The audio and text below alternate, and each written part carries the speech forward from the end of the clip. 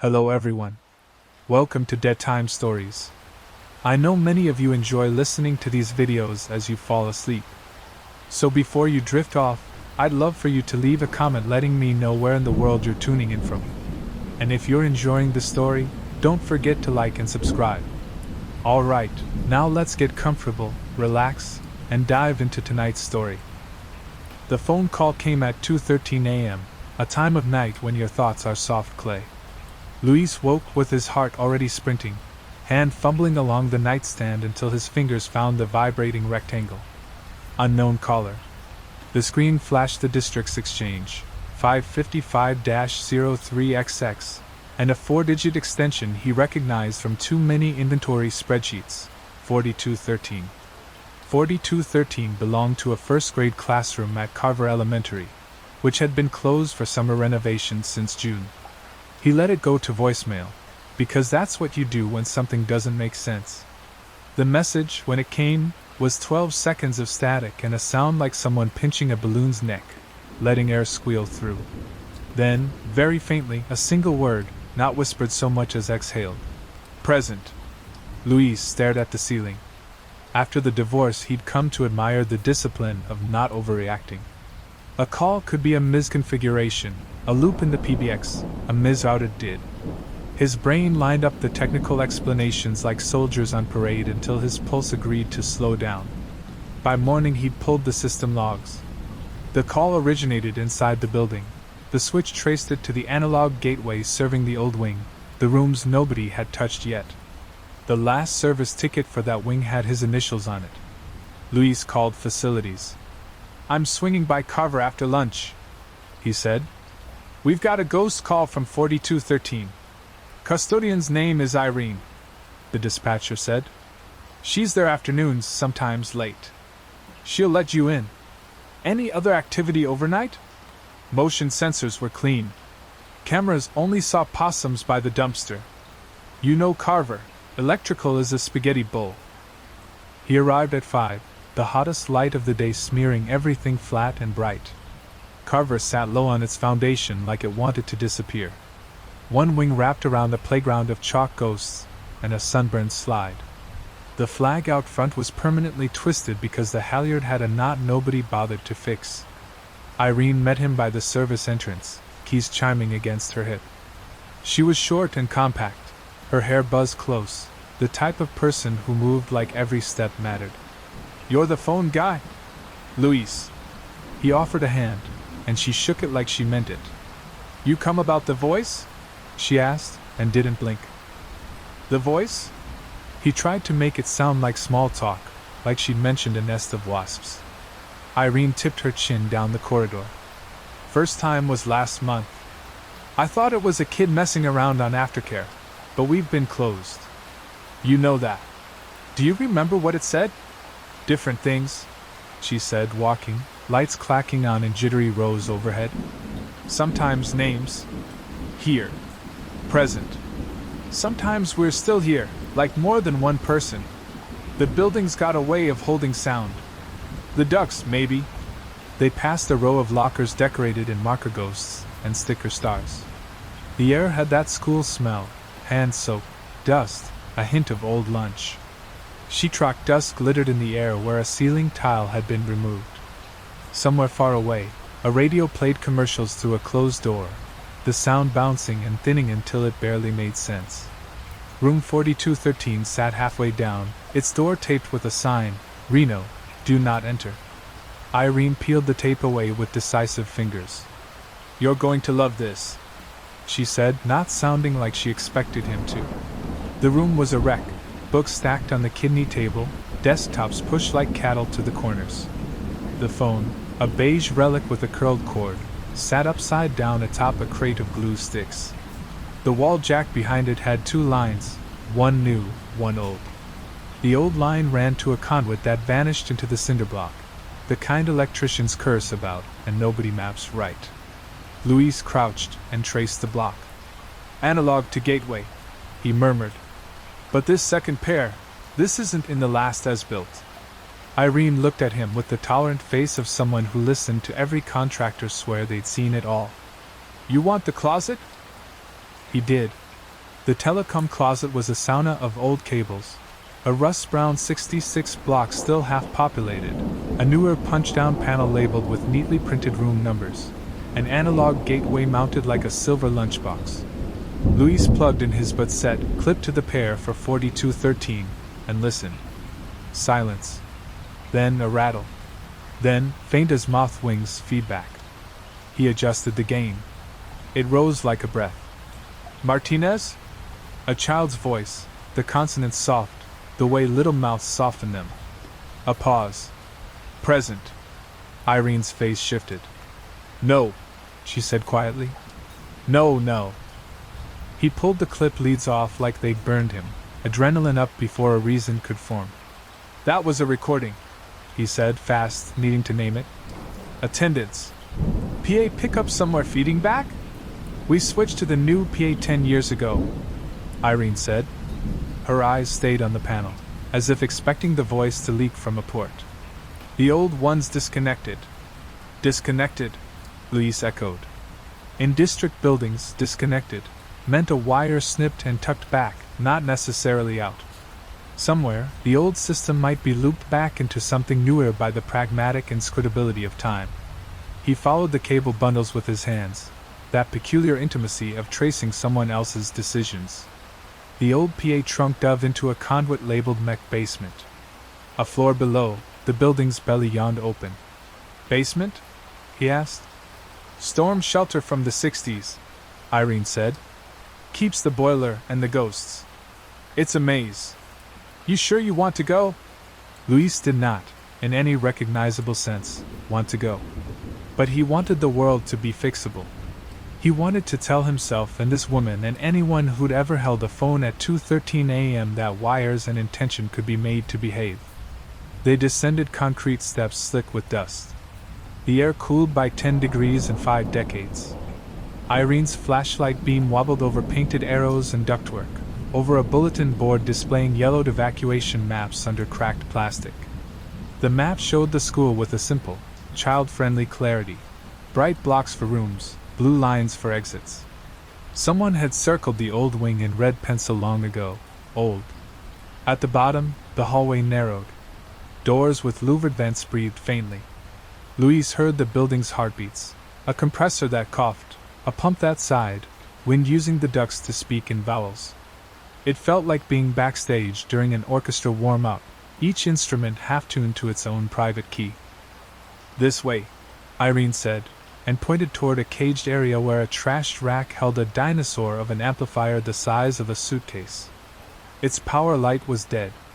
A label read Carver PA, OLD in sun-faded tape. Luis crouched. The input wires had been cut once, then spliced back together in a sloppy twist capped with electrical tape. The splices were newer than the dust. He felt the wrongness as a texture on his skin. Irene, he said. Someone's been down here recently. Yeah, she said, voice flat. I'm thinking the same thing. He followed the splices through their lazy loop to a small gray junction box mounted crooked on the cinder block. Inside, modern wires joined old, the cheap kind you buy at a hardware store at midnight. The outgoing pair ran to a distribution block on the wall. The block fed. He traced the labels, rooms 4207 to 4216. That included 4213. Somebody bridged the old PA line into the classroom run, he said. They can play anything into these rooms, maybe pick up the handset and ride the line. It would sound like the room is calling out. Ride it from where? Irene asked. He opened his mouth to say here when a broad, warm tone poured through the concrete, the building chicken-skinned as if it had goosebumps too. The old amplifier, dead a moment ago, hummed. Then a click like a throat clearing, and the first words came, flattened by the ductwork but unmistakable. Good morning, Carver, a woman's voice said. Cheerful, tired, the way you talk to children when you've had 2 coffees. Let's take attendance. Luis felt the words as a memory from another life. Every adult carries ghosts from their own school days. The sound wrapped the hall and crept under the skin. Names followed. Some were familiar in a general way, Martinez and Nguyen, like the universe had only a handful of surnames to distribute. After each, a beat. After that beat, a child's voice sang, with a microphone's tinny bravado. Present! Irene's flashlight beam jumped to the ceiling, found a duck seam trembling like a plucked string. Her other hand had gone to her chest, as if she needed to keep something from falling out. This is a recording, Luis said again, more to himself. It's a recording. From when? Irene asked. The answer was in the dust. Not ancient. Not new. The twist caps, the splice. He thought of the phone call at 2:13. Someone had access now. Someone wanted the building to speak. He pulled his phone and called the district security officer, Malik. Voicemail. He texted instead, at Carver. Possible tampering in basement. Might be active. Can you swing by? He pocketed the phone and looked at Irene. We should leave and wait outside. Or we go see if the shelter door is still chained, she said, like someone choosing not to blink while sharp things were in the air. Because if it's not, either we've got a squatter or a prankster or something worse, and he's inside, she said, he with the matter-of-fact grammar of fear. The storm shelter had been a storage room as long as anyone could remember. Irene led him through a narrowing corridor to a heavy door with a round window. 10 years of dust had been wiped from the glass in the shape of a face pressed flat against it. Luis stared until the world lost its edges. Was that? It wasn't like that yesterday, Irene said. Her voice was paper. The chain was on then. It wasn't now. The chain dangled, the padlock still threaded but unclicked, like someone had the courtesy to put the lid back on the jar after stealing the cookies. Irene lifted the chain off with careful hands and eased the door open an inch. Cool air washed out, clean, like rain. And then the smell under it, sweat gone stale, the iron of canned food, a sour that meant a body had been inside long enough to leave more than fingerprints. I'll call Malik again, Luis whispered, though whispering felt performative. The building knew they were there. No signal down here, Irene said, already fishing a radio from her belt. Static. She thumped it with professional resignation. Figures. A sound came from the dark inside the shelter, small at first, like paper sliding. Then a long scrape and the clink of something metal set down gently. A voice followed, not through any speaker but through the door, live and close. Good morning, Carver, it said in perfect imitation of the woman's cheerful tone. Then a soft laugh.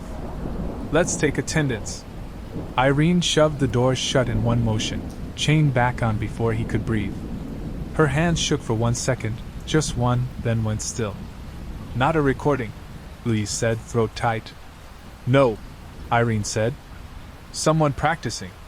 They backed away as if distance could make the voice less real. Luis counted steps without choosing to. 17, turn, 31, turn. At the base of the stairs, his phone found enough signal to vibrate. On my way, Malik had texted. 2 minutes out. Luis exhaled. 2 minutes could be the difference between a story you tell at a bar and one you don't tell at all. Footsteps sounded behind them. Not a scurry. Not an animal. Human, steady, approaching, the cadence of someone who knew the halls like a map in his feet. Run, Irene said, and that was the first time fear made a crack in her voice. They took the stairs 2 at a time, breath scraping, Irene's flashlight beam jittering on the walls. Luis risked a look back halfway up.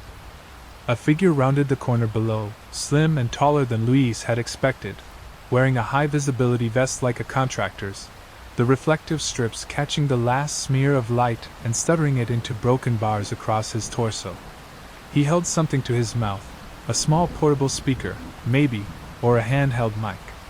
The pale oval of his face didn't match the smile on it. It was like his features had been arranged by memory, not a mirror. Good morning, the man called, using the same bright cadence. He lifted the device and spoke into it.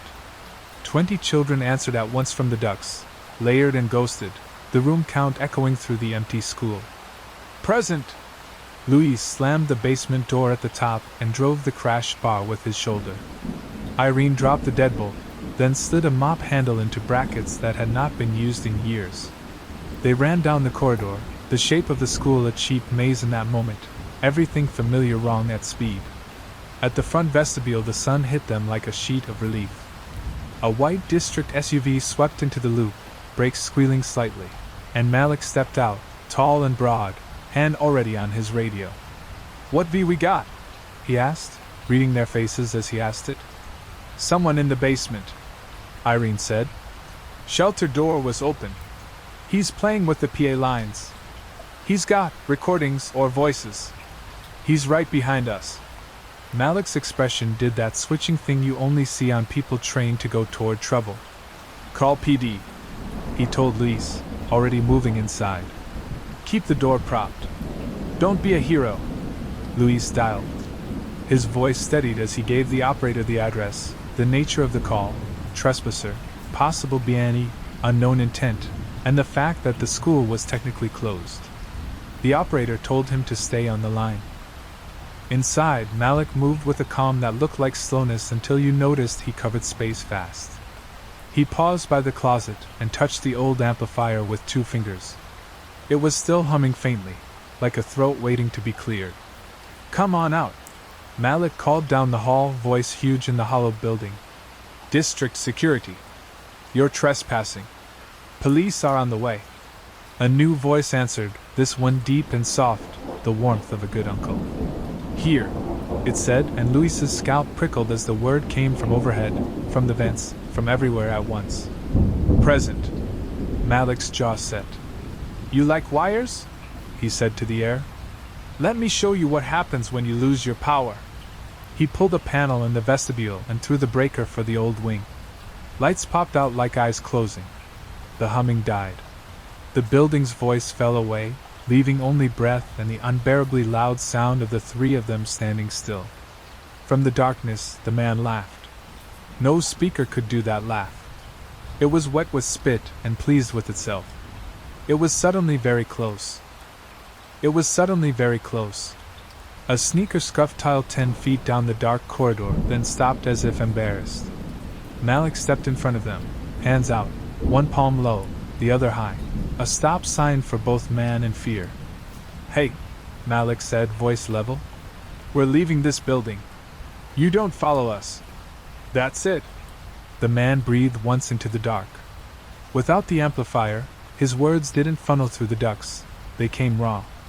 "You turned it off," he said, like a disappointed teacher. "We were doing attendance." Luis's phone was still on with the dispatcher. "He's in the main hall," Luis whispered. "Power's cut to the old wing. Trespasser is male, mid-20s to 30s, high-vis vest. He's close. Units en route," the dispatcher said. "Stay where you are if safe." That if felt thin as paper. The man took one more step.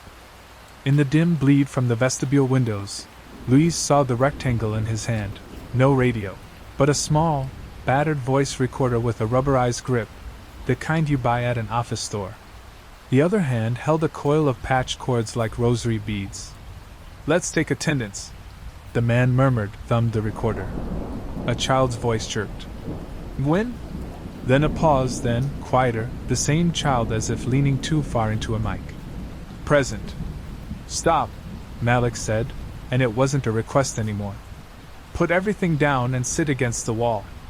The man cocked his head, as if confused by new rules to an old game. He pressed the recorder again. "Gonzalez?" A different child. "Present." He smiled, the kind of smile you'd use when a kid finally sounds out a hard word. "See?" he said. "They're here if you listen." Irene found the switch for the vestibule's emergency lights and slapped it. 2 underpowered fixtures hummed to life, throwing long, ugly shadows. In that new light the man sharpened, early 30s, maybe younger under the dirt, hair shaved patchy, the vest stained with dust the color of the basement. A lanyard hung from his neck with an ID sleeve, empty. "Against the wall," Malik repeated, calm, buying time. "Hands where we can see them." The man's gaze flicked to Irene, landed, stayed. He lifted the recorder once more, then stopped, thumb hovering like he'd been caught talking during circle time. "Do you know the names?" he asked her, soft. "Do you know them, or do you just sweep around them?" Irene's face changed by a degree. "Put it down," she said. "Please." Outside, the chirp of a siren dopplered close, then closer. The man's shoulders tightened, a dog hearing thunder. The recorder shook in his hand. "They don't like the bells," he whispered. "It scares them. We try again later." He turned. Malik moved. It wasn't a tackle so much as a line. 2 strides, an arm around the man's wrist, the other on his shoulder, the practiced lean that takes balance away without a blow. The recorder clattered and skidded, bumping Luis's shoe. The coil of cords whipped and caught Malik's leg like a snake. For a second all 3 were a single animal of limbs and breath. "Luis!" Irene snapped. "Door!" Luis kicked the recorder to her. She scooped it and flung it out the propped vestibule door onto the concrete like a poisonous thing. The man reacted to the loss with a sudden, terrible strength. His free hand found Malik's badge chain and yanked. The chain snapped, the badge flew, and Malik's head clipped the edge of a display case with a hollow pop. It stunned him, not a knockout, but enough to loosen the hold. The man tore away and sprinted not toward the exit but deeper, a straight shot into the unlit wing. Luis's stomach fell. The police car slid to the curb outside. 2 officers spilled out, hands to belts, eyes searching for a narrative that had already turned a corner. "He's inside!" Irene shouted, pointing down the black hall. "No power! Back wing!" Malik shook his head like a swimmer surfacing, hand to the small cut at his temple. He grabbed the fallen mop handle, jaw set. "He knows the layout," he said. "He'll use the dark." "And he's not done," Luis said, because the man hadn't been running away. He'd been running towards something he knew. From the darkness, as if to prove it, a single, unamplified word floated back, light as a breath shaken loose from a memory. "Present." The officers drew flashlights, the beams knifing into the black corridor. Dust in the air became stars. The walls caught the light in slices, bulletin boards, tape paper art, construction tarps. No man. No movement. "Set perimeter," one officer said into his shoulder mic. "Suspect inside Carver, unknown weapons, district security on site." Malik leaned on the mop handle, breathing steady again, blood matting his hairline. He looked at Luis. "You good to stay?" Luis nodded before he'd decided. His pulse felt like it wanted out of his throat, but he couldn't leave the picture half drawn. The officers advanced in a wedge, lights sweeping. "Hands up," one barked. "Come out where we can see you." The man didn't answer. Instead, a voice burst from deeper in the wing. A woman's this time, high and clear. "Let's take attendance." The officers froze. Irene's flashlight hand shook once before she steadied it. "That wasn't the recorder," she whispered. Luis knew she was right. The sound had depth, space around it, like it lived in the hall itself. One of the officers pressed his radio. "Dispatch, confirm no active PA system in Carver Elementary?" "Negative," the operator said after a pause. "System offline for renovation. No active circuits." The hall answered anyway. Children's voices, dozens of them, overlapping, rose faintly from the vents. Not clear words this time, but syllables like a crowd at a stadium, all calling at once. The officer swore under his breath. "Moving in." They swept room to room, flashlights bouncing. Desks stood piled like barricades. Ceiling tiles dangled. The smell of chalk dust was thick, stirred by each footstep. Every open classroom echoed them back in whispers. Luis felt himself pulled toward 4213 like the building wanted him there. The tape lay crumpled on the floor where Irene had torn it earlier. Inside, the phone still sat upside down on its crate. The officers checked corners, then waved clear. Malik knelt and lifted the handset. No dial tone, just air, faintly electric. He put it on speaker. Static. Then, "Martinez?" A pause. "Present." But the voices didn't stop after the word. They bled over each other, names stacking, children talking out of order like they were impatient for roll call. The officers exchanged a look, That tight-lipped disbelief professionals use when the facts don't line up. One muttered, "Hell no." And then, above the layered voices, something new, a low male hum, steady, tuneful, like someone soothing a restless class. Irene backed to the doorframe. "That's him. He's in the ducks." Louise stared at the phone, at the cord that disappeared into the wall. He could feel the vibration through the tile beneath his shoes. Whoever was inside the building, he wasn't using wires anymore. Malik dropped the handset back in its cradle. "He's moving between us." The hum cut off.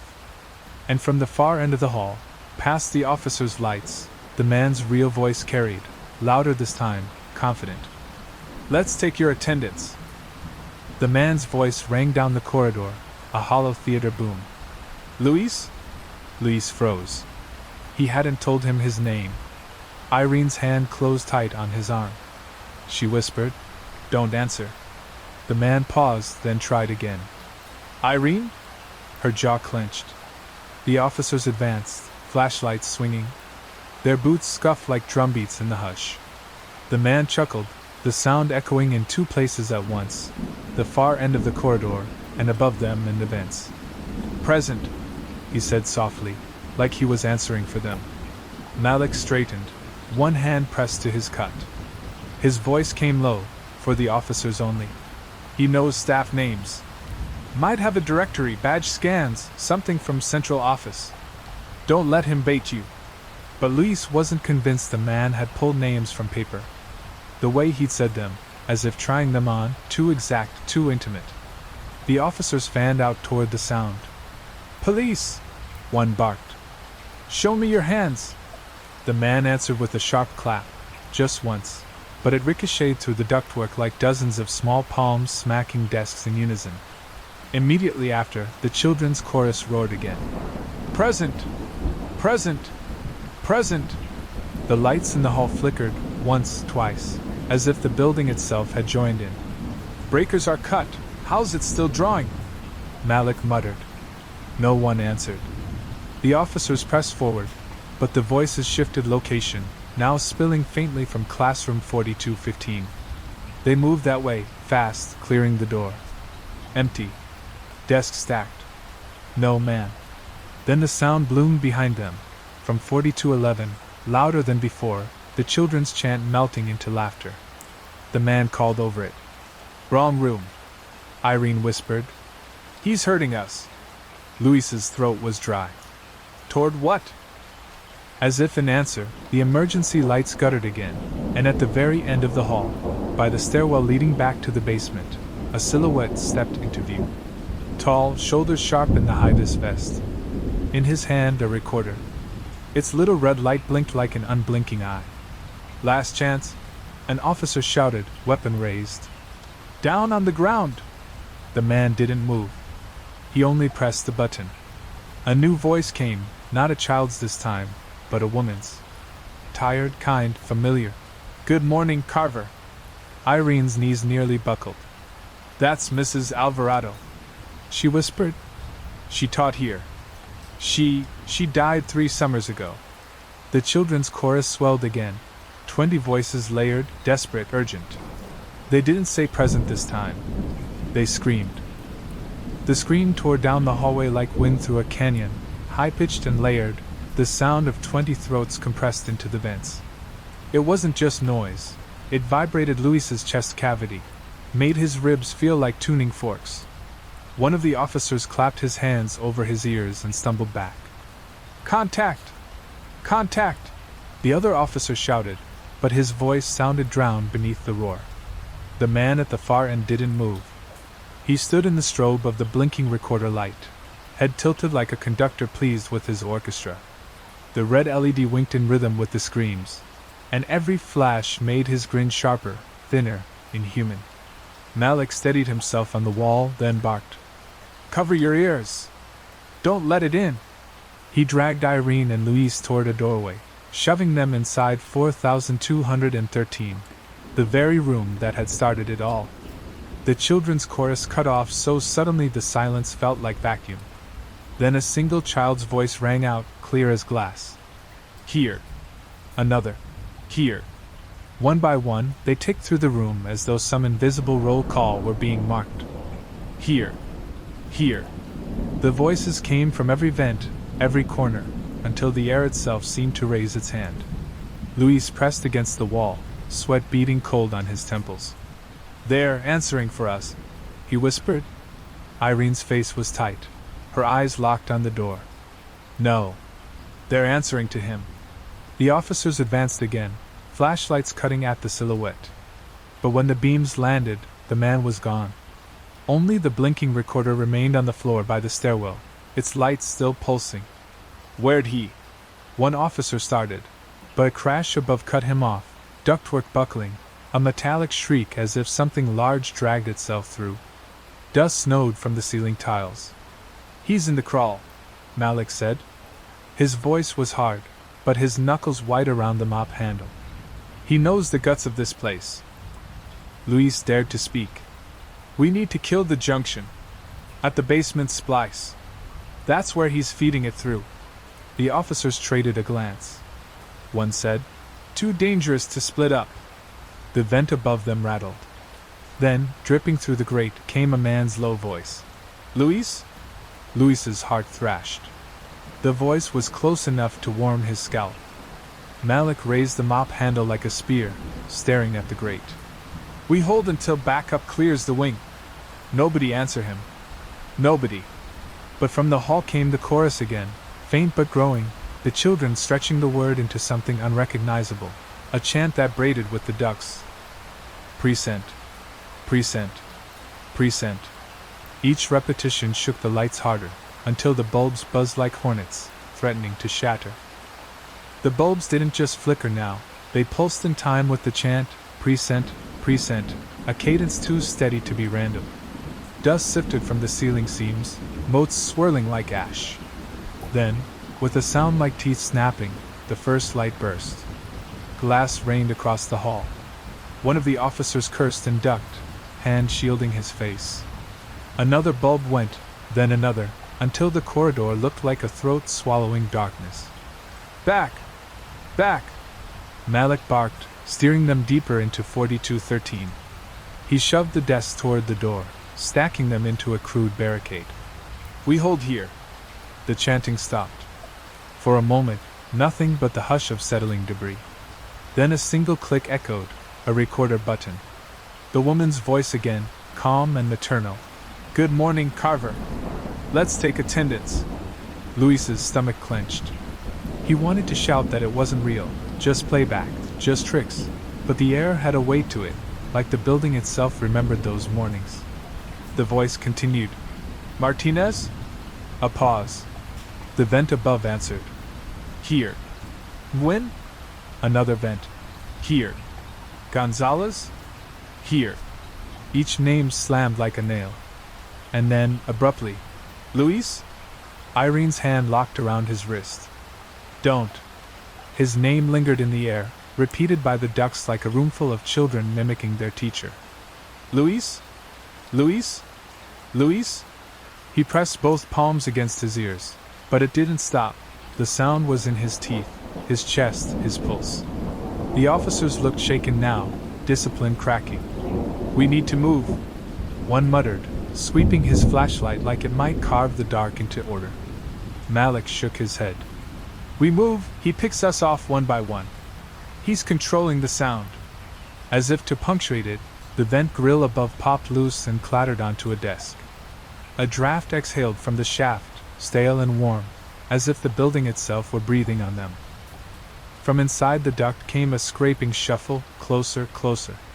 Then a whisper, not amplified, not recorded, just a man too near.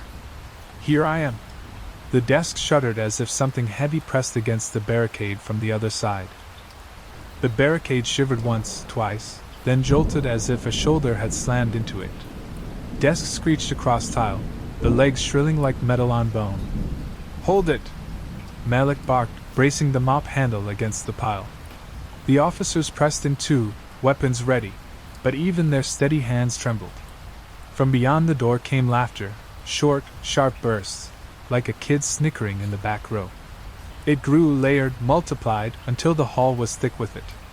The sound wasn't just outside the door anymore. It rolled through the duct above, spilled from the cracks in the ceiling, wormed under the floor. Luis felt it in his sternum. Not sound, pressure. Listen, Irene hissed, eyes wild. Beneath the laughter was something else. Names again, dozens, spoken too fast to track. Children's voices, adult voices, overlapping like a flood of attendance rolls recited at once. The air quivered with them, every syllable packed into a drumbeat rhythm. And then silence. The man's voice filled the vacuum, right outside the barricade. Everyone's here now. The desk slammed forward an inch as if shoved by many hands at once. Malik grunted, straining to hold. He's not alone. No, Luis whispered, throat raw. He's making the building answer him. The top desk toppled, spilling books and dust. Through the gap, Luis saw a sliver of movement, a high-vis vest, a pale jaw, eyes lit by the blink of the recorder's red LED. One officer raised his weapon. Step back. The man leaned into the gap, face half-lit, too close. His grin looked borrowed, stretched. He lifted the recorder and pressed play. This time, the voice that came out was Luis's own. Present. It rattled him worse than the screams had. Hearing himself, pitched through the ducts, echoing back like the building had swallowed him. He staggered back, shaking his head. That's not, I never. The man laughed with teeth too tight together. But you answered. The barricade heaved. A desk tipped and crashed aside. In another shove, the whole wall would tumble. Malik roared, Out the window! The officers smashed glass with their batons, shards spilling onto the playground outside. Irene shoved Luis toward it. Behind them, the man hissed through the widening gap. Where do you think you're going? We're not finished with roll call. The desks gave way in a grinding collapse, metal legs tangling, papers fanning out like startled birds. The man forced through the gap, lean frames sliding between twisted chairs, recorder clutched in his hand like scripture. Go! Malik barked, shoving Luis toward the broken window. One officer boosted Irene first. She scrambled out, boots crunching on glass, flashlight beams stabbing the dusk. Luis swung a leg over the sill. Cold air rushed his face, but behind him the chant surged again, Present, present, every syllable snapping like a ruler on a desk. He glanced back, shouldn't have. The man was only a few feet away now, crawling over the wreckage with animal certainty, his eyes locked on Luis. His smile stretched wider than a face should, skin straining pale in the flicker of the emergency light. He pressed the recorder. Luis's own voice filled the room again, louder. Present! His pulse tripped. His breath forgot its job. He pushed through the window, hands catching jagged frame, cutting his palm. He hit the playground dirt with a thud that drove grit into the wound. Irene grabbed him, yanking him up. Run! Behind them, Malik held the line with nothing but a mop handle, shoulders braced like a dam. The officers shouted commands, their flashlights swinging, but the man only laughed, the sound spreading like fire in dry grass. The chorus joined in, children, women, echoes upon echoes, until the whole school sounded alive, hundreds of voices saying here, here, here. Luis and Irene sprinted across the cracked asphalt toward the chain-link fence. Sirens were closer now, red and blue strobes painting the neighborhood. At the window, Malik finally vaulted out, dragging one officer with him.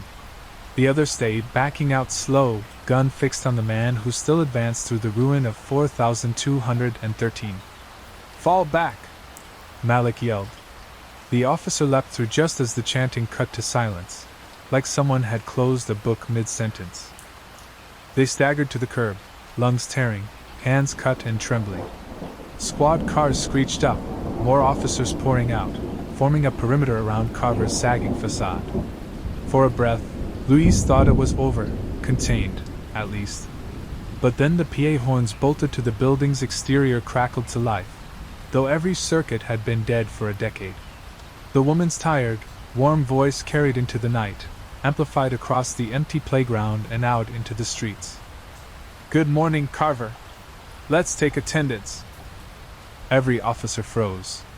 The voice poured from the rusted horns above the playground, warped but steady, as if the wires inside hadn't corroded years ago. "Martinez?" the voice asked. From the dead speaker on the far side of the building came a child's answer, clear as if standing there. "Here." "When?" "Here." The roll call went on, circling the building, each response bouncing from a different horn. As if invisible children lined the fence, the blacktop, the empty swings.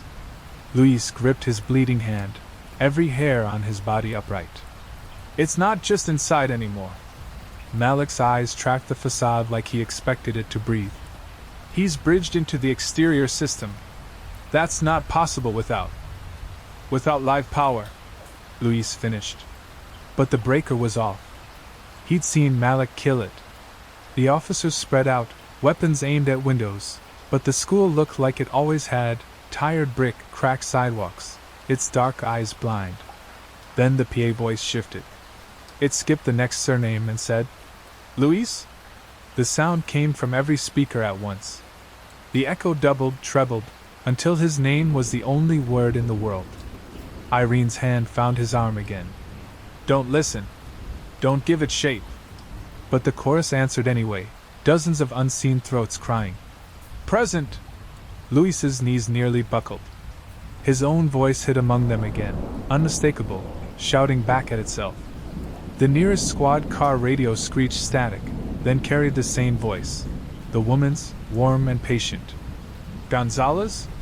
The officer inside the car scrambled to turn it off, but every cruiser lit with the same broadcast. Police dispatch squawked over it, confused voices cutting in, but the school's roll call swallowed them whole.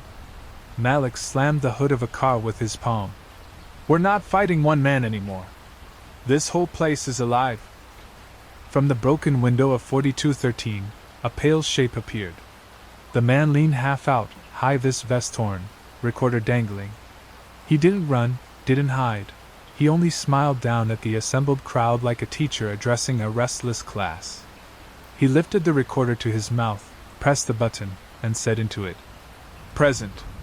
Every speaker in the building screamed the word back at once, a single blast that shattered what glass remained and sent a ripple through the asphalt beneath their feet. The asphalt rippled under Luis's shoes, as though something huge had shifted beneath the playground.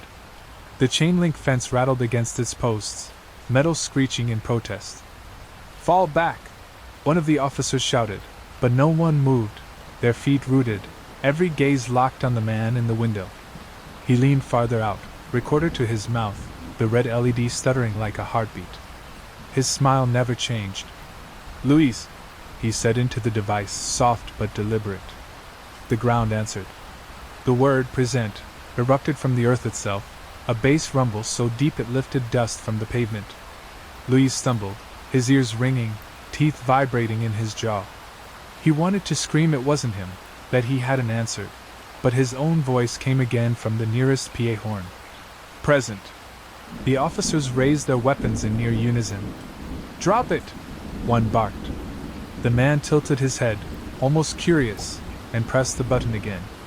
This time the roll call didn't speak a name. It screamed.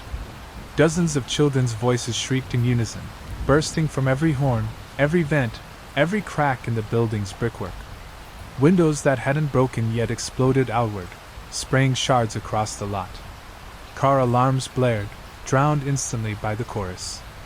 Irene clutched Luis's arm, shouting, but he couldn't hear her. The noise shoved every other sound into the background. It was more than his ears. The scream lived in his bones. Then, just as suddenly, silence. Luis staggered, ears buzzing in the hollow aftershock. The man was gone from the window.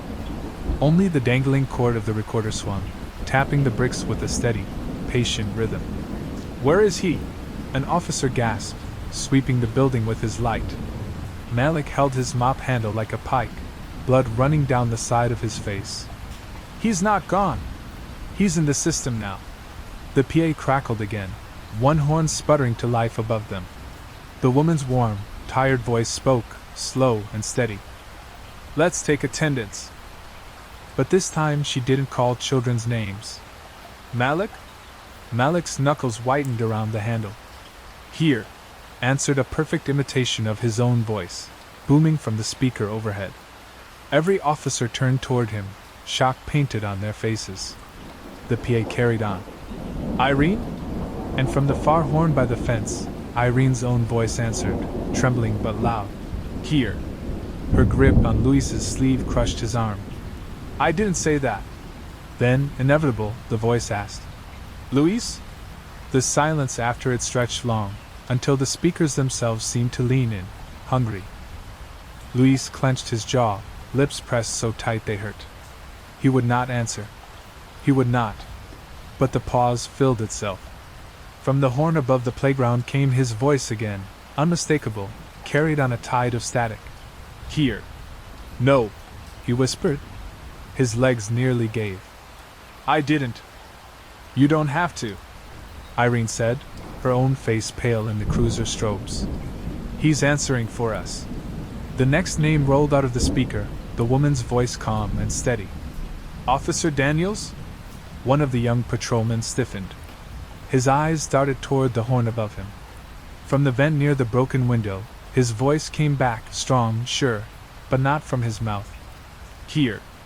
Daniels raised his weapon in a shaking grip, aiming it at the school itself as if he could shoot the voice out of brick and wire. That's not me." Luis's scalp crawled. The system wasn't just replaying recordings, it was making them. The man appeared again, this time on the roofline, silhouetted against the swollen night sky. His vest glowed faint in the flashing strobes, a false beacon. In one hand he still held the recorder, dangling like a leash. In the other, a coil of wire that trailed behind him, plugged into nothing yet alive with faint blue sparks. "Everyone's accounted for," he called down, cheerful as a morning greeting. "Even if they don't want to be." Then he pressed the recorder again. A new voice boomed, not a child, not a teacher. Luis recognized it immediately. His own mother's, low and tired the way she sounded after late shifts when he was a boy. "Luis?" The breath in his lungs froze. His mother had been dead for 12 years. The chorus of children answered together from every horn, every vent, every crack of brick and wire. "Present." Irene pulled at his arm, voice breaking. "Luis, we have to leave. Right now." The ground under the playground shuddered again, not a ripple this time but a deep heave, like something vast and buried had shifted closer to the surface. And above them, the man spread his arms wide, smiling as the building echoed him. "School's in session." The playground cracked down the middle with a sound like ice splitting on a lake.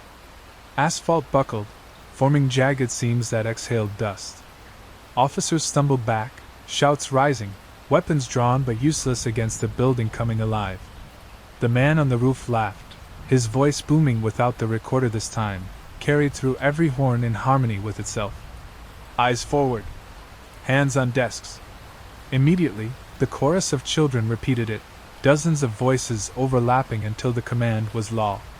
Luis felt his knees weaken, his body wanting to obey, to fold into the blacktop as if there were a desk waiting. He fought it, clenching his bleeding palm, grounding himself in the sting. Beside him, Irene swayed, whispering, "Don't listen. Don't let it tell you what to do." One of the younger officers wasn't so lucky. Daniels, the one whose voice had been stolen, dropped to his knees on the asphalt, guns slipping from his hands. His eyes were wide, pupils swallowed by black, as if some classroom bell had called him to order deep inside his skull. "Daniels!" Malik roared, rushing forward, shaking him by the shoulders. But the officer only whispered back, monotone, "Here." From the horns overhead, a dozen children echoed, "Here." The man grinned down at them from the roofline, his shadow long and thin across the playground. "Attendance matters," he said, cheerful, fatherly. "And missing children must be marked." Luis's stomach turned cold. Missing children. Carver had closed its wing years ago after asbestos work, after enrollment dipped. But he remembered faint rumors, kids who had vanished decades back, names muttered by teachers with lowered voices. The ground rumbled again, harder. The cracked asphalt yawned open near the swings, revealing a black cavity. Something moved inside it, something not air. A shimmer, like dust caught in sunlight, but thicker, as though shapes were trying to form and couldn't. The children's voices rose in pitch, chanting, "Present, present, present," until the sound blurred into a single vibrating note. Malik shoved Daniels into the arms of another officer and planted his feet, mop handle braced like a spear. "Luis!" he shouted over the roar. "What kills a signal?" Luis's brain stuttered, scrambled by terror. Then words came. "Ground it. Cut the line to earth." Malik pointed at the coil sparking in the man's hand. "That's your target." But even as he said it, the man lifted the wire high, and the sparks leapt outward like veins of lightning, racing down the bricks, into the horns, into the cracked earth. The schoolyard itself lit with a sickly glow, the cracks burning faint blue, as though something buried beneath Carver Elementary had finally been given a voice. The cracks in the playground glowed brighter, fissures webbing outward toward the fence line. The blue light inside wasn't steady, it flickered, like hundreds of tiny throats opening and closing. Heat rippled from the gaps, dry and electric. From below rose a sound like chalk scratching on an endless blackboard, voices, hundreds of them, trying to force themselves into words. Only fragments surfaced. "Late, don't leave, here," and each one crawled under Luis's skin. Irene clutched his arm. "Those are," she swallowed hard. "Those are names. Names we don't remember anymore." On the roofline, the man raised both arms, recorder dangling like a bell on a rope. The chorus shifted from chant to laughter, children laughing, adults chuckling, layers of mirth until it sounded like mockery. "School is eternal," the man said, his voice blending with the horns, with the cracks, with the very building. "And no one graduates." Malik shoved past Luis, pointing the mop handle toward the glowing fissures. "That's your amplifier," he shouted. "It's not just the horns, it's feeding on the ground. The wires are roots." Luis's mind raced. Ground it. Cut the line. Stop the current. But this wasn't current running through copper. It was something older, wearing copper like skin. The younger officer, Daniels, staggered free from the others, his face blank, steps steady toward the fissures. "Roll call," he murmured. "I have to answer." "Daniels!" Malik barked, lunging to grab him. But the officer slipped into the glow like it was water. His body dropped straight down, no splash, no thud, just swallowed. The glow pulsed brighter for a moment, like the earth itself had breathed in. Irene screamed. Luis's vision tunneled. The man on the roof grinned wider, pleased, and clicked the recorder. A single voice, crisp and clean, rose from the horns. "Daniels?" From the fissure below, the officer's voice answered. "Here." The laughter came again, now joined by a new undertone, a grinding, stone-on-stone rumble, as if something huge was shifting its weight beneath the schoolyard. Luis forced himself to think. "If it's using the old PA network, if the splice is the heart, we kill it at the basement junction. That's where it started." Malik's gaze cut to him, grim and steady. "Then we go back inside." Irene shook her head, eyes wide, staring at the glowing fissures spreading toward the doors. "What if it won't let us out again?" The horns crackled, and the woman's voice returned, warm, patient, impossible to mistake. Everyone back to class. The doors of Carver Elementary groaned, then swung open on their own, yawning wide. Inside was only dark, and the sound of dozens of small voices, waiting. The open doors breathed cool air, smelling of chalk and mildew. The dark inside looked thicker than it should, like black cloth draped across the entryway. The man on the roof raised the recorder again. "Back inside," he said, his voice amplified not by the device but by the whole structure. The horns carried his words like scripture. "School is in session." Two officers flinched backward. "No way we're going in there," one muttered. Malik's jaw was stone. "If we don't, he'll keep feeding it. Those names don't stop until it eats all of us." He turned to Luis. "You know the wiring better than anyone. You can find the splice." Luis wanted to say no. He wanted to run until Carver was a memory in his rearview mirror. But the sound of Daniel's voice still echoed in his head, here, and he couldn't leave that hanging. I can find it, he said, surprising himself with the certainty. Irene touched his shoulder. You don't go alone. The fissures in the asphalt widened, glowing veins crawling toward the curb. One squad car lurched, wheels sinking an inch into softening ground. The building moaned in sympathy. Malik hefted his mop handle like a lance. We move fast. Straight to the basement. Kill the junction, kill his voice. The man on the roof laughed, the sound stretching into the horns until it seemed to come from everywhere at once. Children always fight nap time, he mocked. But you'll lie down when you're told. The horns answered with the teacher's warm voice again. Luis? Luis didn't move. He held his silence, chest heaving. But from the dark open doorway, his own voice answered back anyway, loud and steady. Here. The chorus of children repeated it joyfully, a tidal wave of voices bouncing across the playground. Here, here, here. Luis's stomach dropped. His reflection had already gone inside. Malik barked. Move! They ran, Luis, Irene, Malik, 2 officers, straight for the open doors.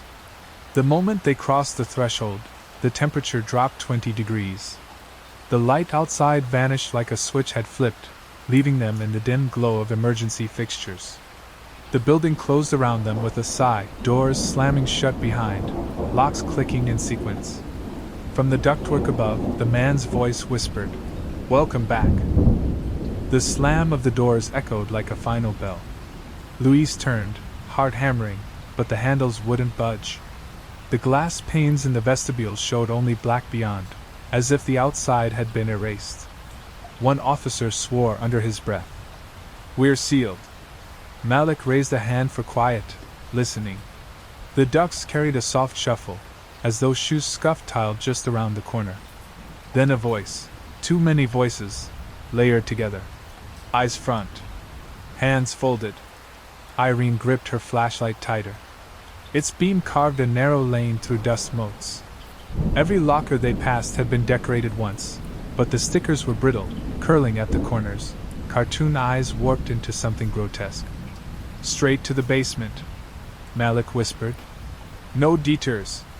But Carver's halls had shifted.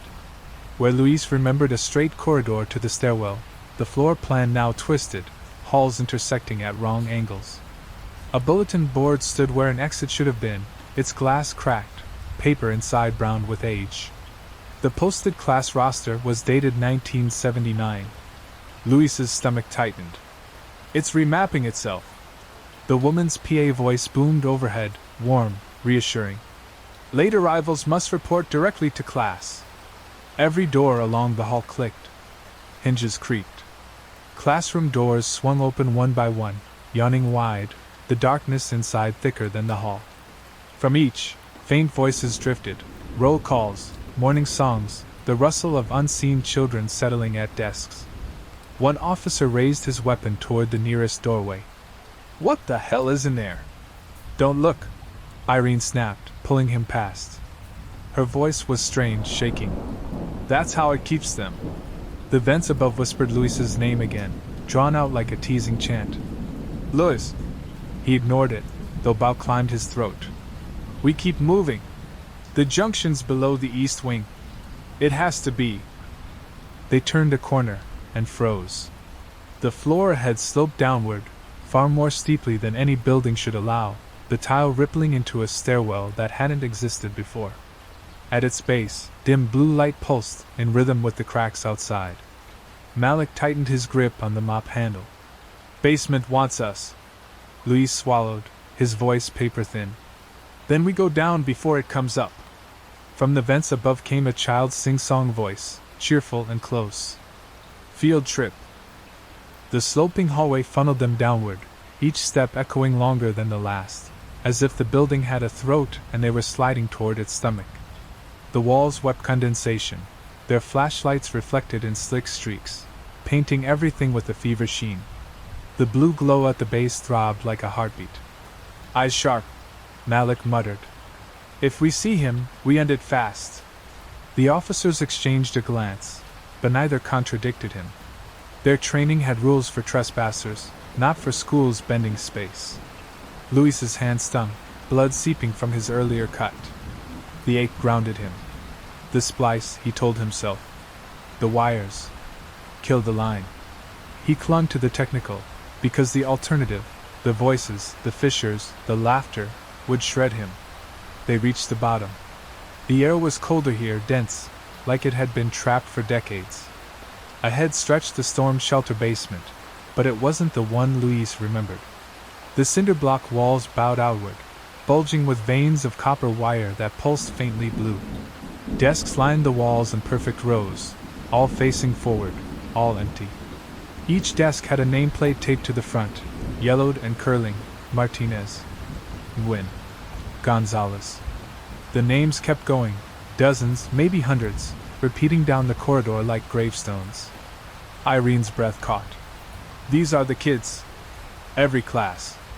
Every year. The PA crackled above. The woman's voice spoke, calm, inevitable. Take your seats. The desks scraped forward an inch on their own, legs shrieking against the concrete floor, as though making room for occupants. One officer lifted his flashlight higher. Where's the junction? You said basement. Louis's beam found it. At the far end of the shelter stood the old amplifier rack, bloated with new growth. Wires poured out of it like roots, burrowing into floor and ceiling, feeding the desks, the horns, the very brick. The gray junction box they'd seen before was fused to its side, throbbing faintly like an organ. There, Louis said, throat dry. That's it. The man's laugh filtered through the ducts again, but this time closer, almost intimate. Very good. Someone's been paying attention.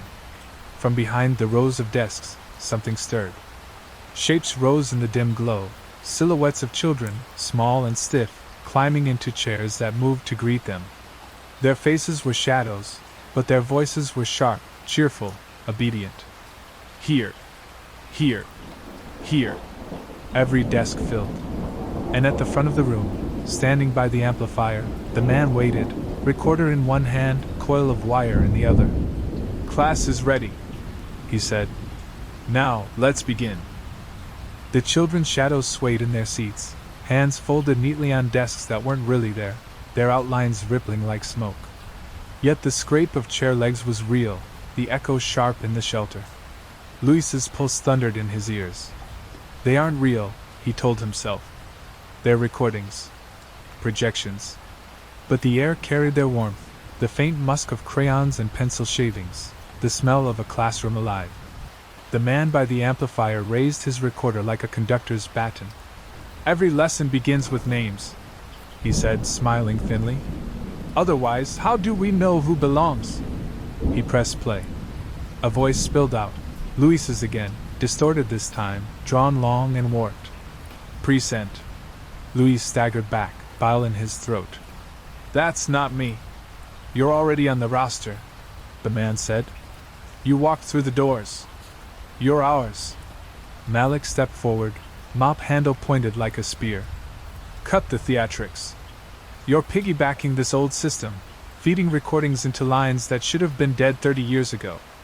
Whatever this is, it ends now. The man's grin stretched wider. You think wires carry me? No. Wires remember me. They keep my class tidy. They keep them present. The shadows in the desks murmured agreement, voices like a tide pulling back to sea. Louis forced his flashlight onto the amplifier. The junction box pulsed brighter now, veins of copper glowing where they dove into the floor. If I cut that, he thought, maybe it all dies with it. He whispered to Malik. We kill the junction, it unplugs him. We need to get close. The man tilted his head, as if he'd heard. Closer, yes. Come take your seat, Louis. The front row is waiting. Immediately, the nearest desk scraped forward, empty chair yawning open. A nameplate on it read Louis, letters printed in faded marker. Irene clutched his sleeve. Don't look at it. Just move. The desk shivered closer, screeching against concrete.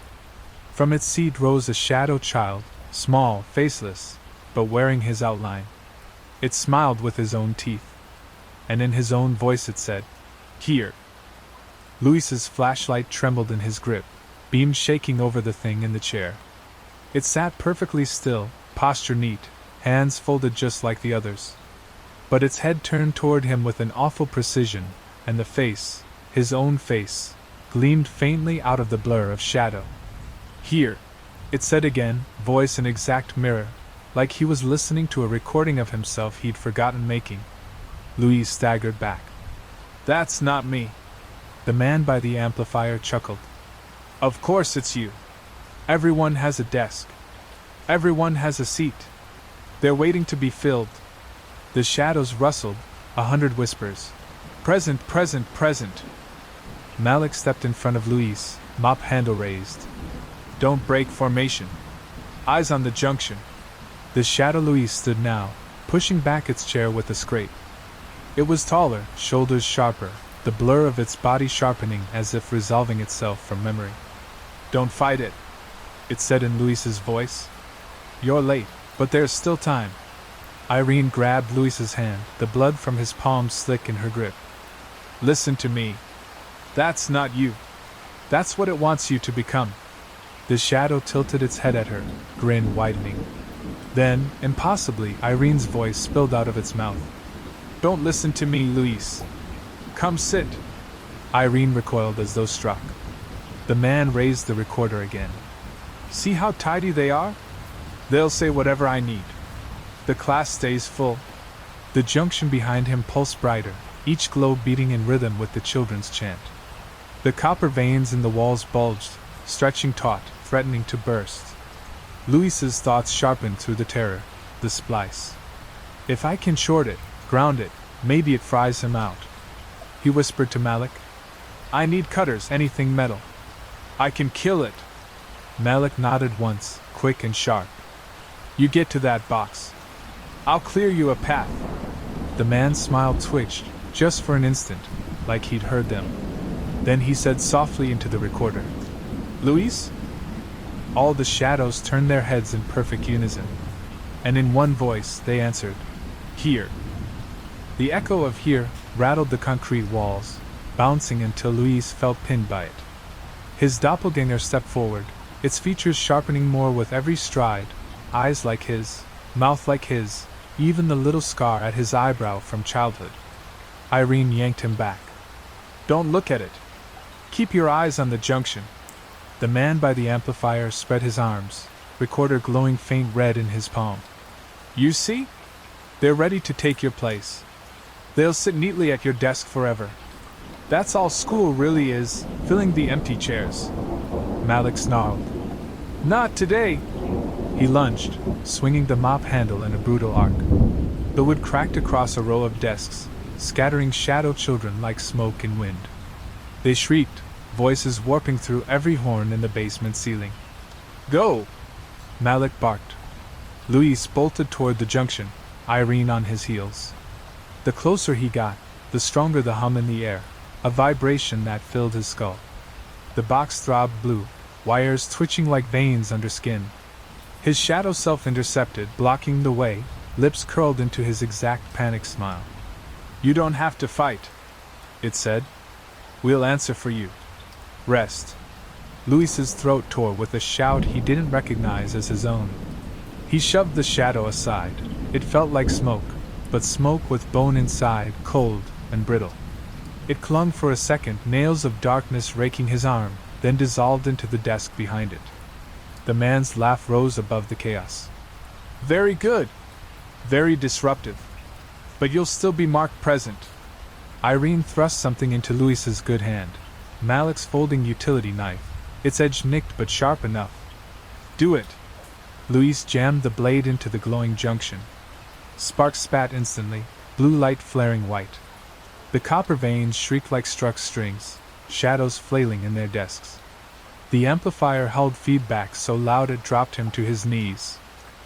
The man screamed, not in pain, but in fury, voice multiplied through every horn. "No! Class isn't dismissed!" The junction belched smoke, burning insulation choking the air. The light inside it guttered, dimming. But the desks didn't vanish. The shadows clung harder, voices rising into a single howl. Louise realized with horror, cutting the wires only starves it. The rest is already inside the building itself. And through the smoke, the man stepped forward from the amplifier, smiling still, recorder glowing brighter than ever. "Detention," he said, and every shadow turned its head toward Louise. The shadows rose from their desks in unison, their movements stiff, mechanical, yet terrifying in their order. Chairs toppled with hollow clatters, but the children-shaped smoke figures never broke step. Louise staggered back, knife still hot in his palm. The junction spat sparks behind him, coughing its last, but the man only grew sharper in the dim. His vest glowed faint, his eyes bright as projector bulbs. "Detention is forever," he said into the recorder, voice magnified through every horn in the basement. "Once you're marked, you belong." The shadow children surged forward. Their faces weren't blank anymore, each wore someone's features.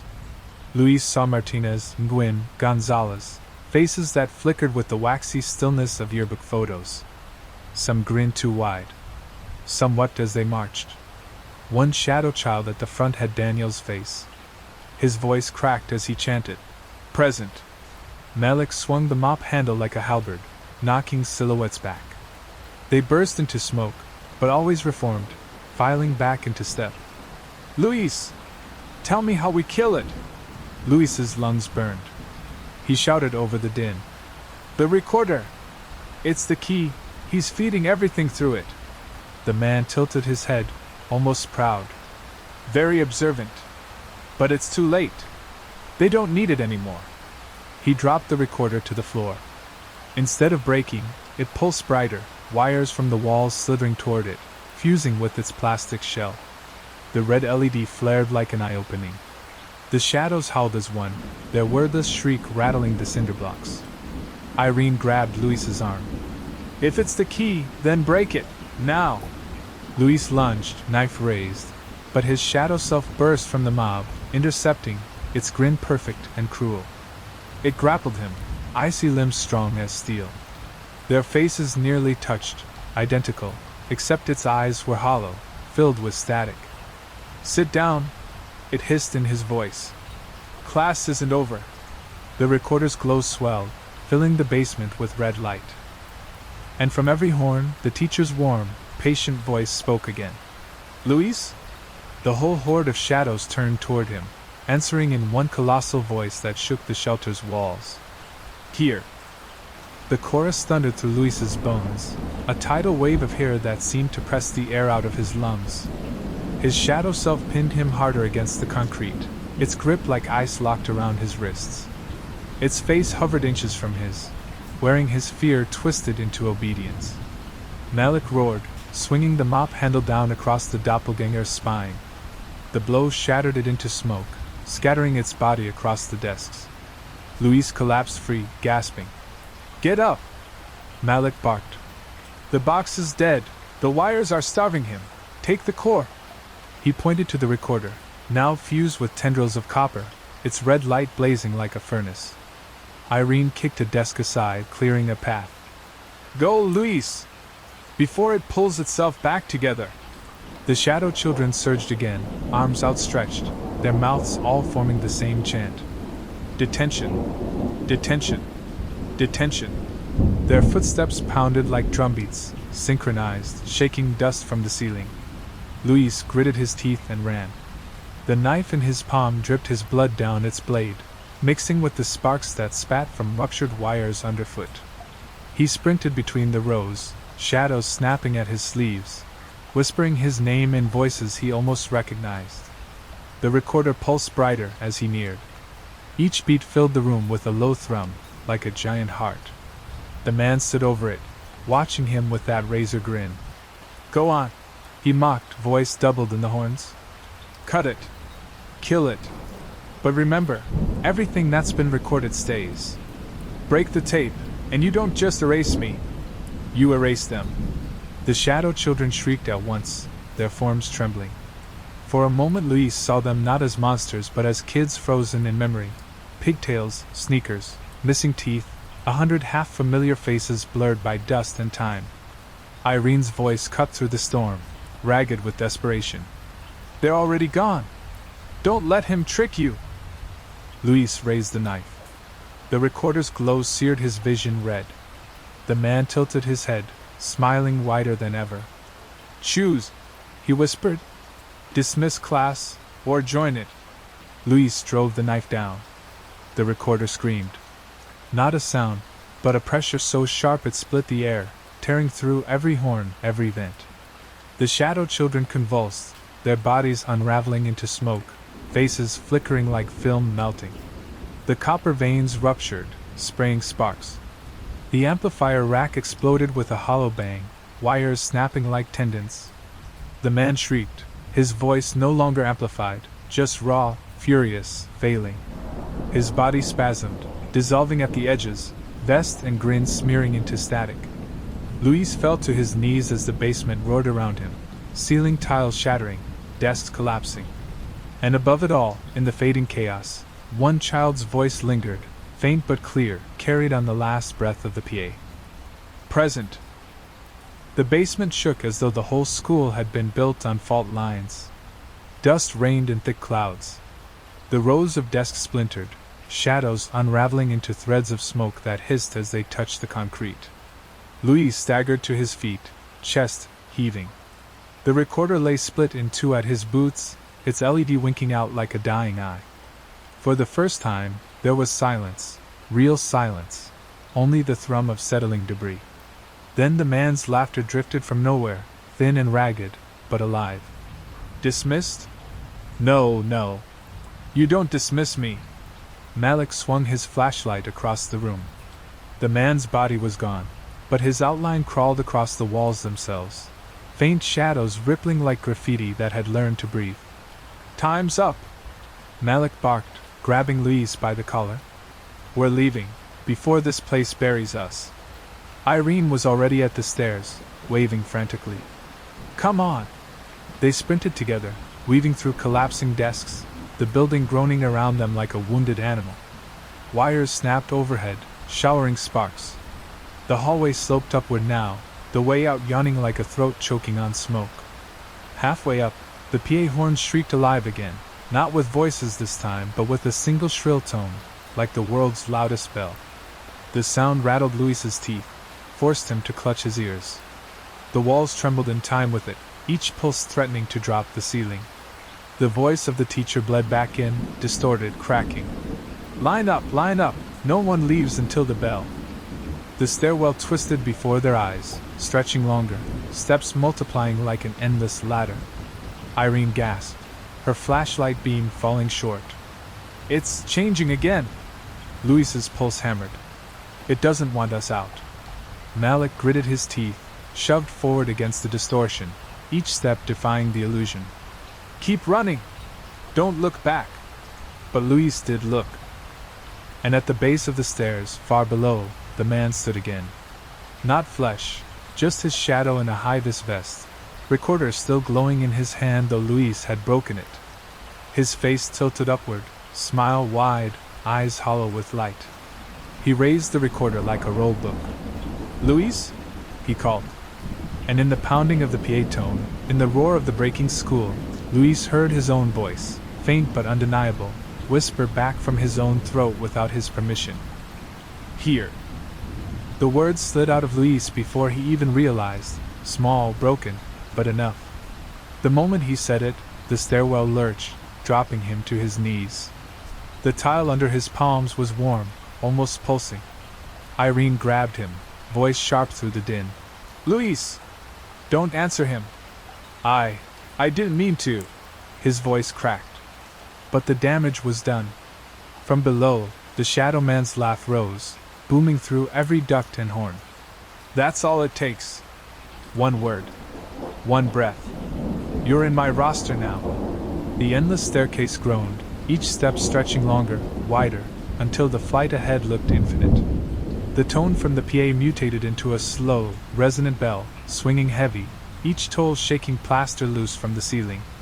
Malik hauled Luis to his feet, locking eyes with him. Blood streaked his temple, sweat darkened his collar, but his voice cut like steel. "Fight it! He's using your name, not you. You're not his until you sit down. You hear me? Luis nodded, though fear twisted his stomach. The urge to collapse, to fold neatly into some waiting desk, gnawed at the edges of his will. The glow from below surged brighter, blue veins running up the walls, crawling after them like roots. The shadow children's voices returned, thinner now, distorted, but chanting still. Detention, detention, detention. Keep moving! Malik barked, forcing Irene and Luis up the steps. The officers followed, one firing into the shadows below in panicked bursts. Bullets sparked against concrete, useless against smoke and memory. The stairwell finally ended, coughing them into the first-floor hall. The doors ahead, front exits they'd entered earlier, gaped wide again, only blackness beyond. Run! Irene screamed. They sprinted, every step echoing like a drumline. The black beyond the doors loomed closer, not an outside world but a void, swallowing the glow of their flashlights. Luis's gut twisted. That's not outside. The man's voice confirmed it, pouring from every vent around them. Bell hasn't rung. No one leaves until the bell. The doors slammed shut just before they reached them, hard enough to shatter the glass panes into a glittering rain across the tile. The bell did ring then, shrill, mechanical, the sound of a real school bell. It echoed again and again, stretching into a scream. And down the hall, the classroom doors all opened together, spilling faint blue light into the corridor. Take your seats, the teacher's voice commanded, steady, unbreakable. The doors gaped like open mouths, each classroom glowing faintly blue inside. Desks scraped across tile in eerie synchrony, chairs pulling out as if invisible hands prepared them. Luis skidded to a halt, heart battering his ribs. The names taped to those doors weren't teachers anymore. Each bore a single bold word stenciled in black marker. Malik. Irene. Luis. Oh, hell no! Malik muttered, backing away, mop handle raised. From inside the rooms came children's voices, soft and sweet. Come sit, it's your turn. The officers panicked. One bolted left, slamming into the nearest classroom. A chorus of delighted voices cheered as the door swallowed him whole. His flashlight dropped to the floor and rolled, its beam twitching until a small hand pulled it into the dark. The door swung shut behind. The second officer froze, trembling, gun aimed at nothing. We're not gonna make it out, he whispered. His voice cracked into a laugh, thin and desperate. We're already on the roll. Irene grabbed him, shook him hard. Don't you dare! But the PA boomed, cutting her off, the teacher's calm voice filling every corner. Officer Riley? The officer's head jerked up, eyes blank. His mouth moved without him. Here. He staggered into the open classroom with his name on the door, as though pulled by strings. The door closed gently behind him. Luis's stomach twisted. The sound of his voice answering before had weakened him. Was that what had doomed them? Malik shoved Luis toward the center of the hall. Don't listen! Eyes front, keep moving! But every direction was lined with waiting rooms now, each glowing brighter, each bearing their names in thick strokes. The walls themselves seemed to lean, funneling them toward those open doors. The man's voice slithered from the vents, soft and amused. Don't be late. Take your seats. One desk scraped across the hallway floor by itself, skidding to a stop at Luis's feet. Its nameplate read Luis in thick black letters. The chair pulled out with a squeal. And from all around, the children's chorus whispered one word, stretching it into eternity. Sit. Luis stared at the desk, its surface faintly glowing, the nameplate glaring like a commandment. The chair rocked slightly, waiting. His legs wanted to fold, to collapse neatly into place, to obey. Irene's grip on his wrist cut through the pull. Don't sit, she hissed. No matter what happens, don't sit. The chorus swelled, children chanting in sing-song, sit down, sit down, sit down. Each repetition pressed against his chest like invisible hands. Malik swung his mop handle across the hallway, smashing the desk aside.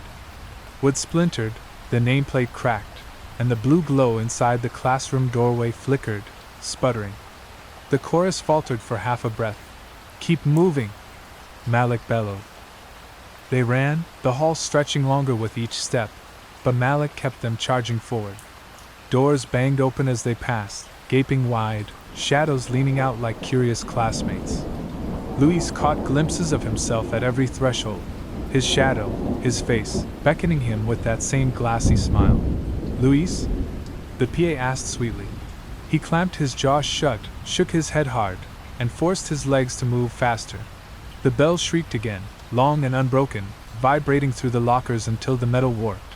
The man's voice cut through it, booming now, not playful anymore. "Sit down."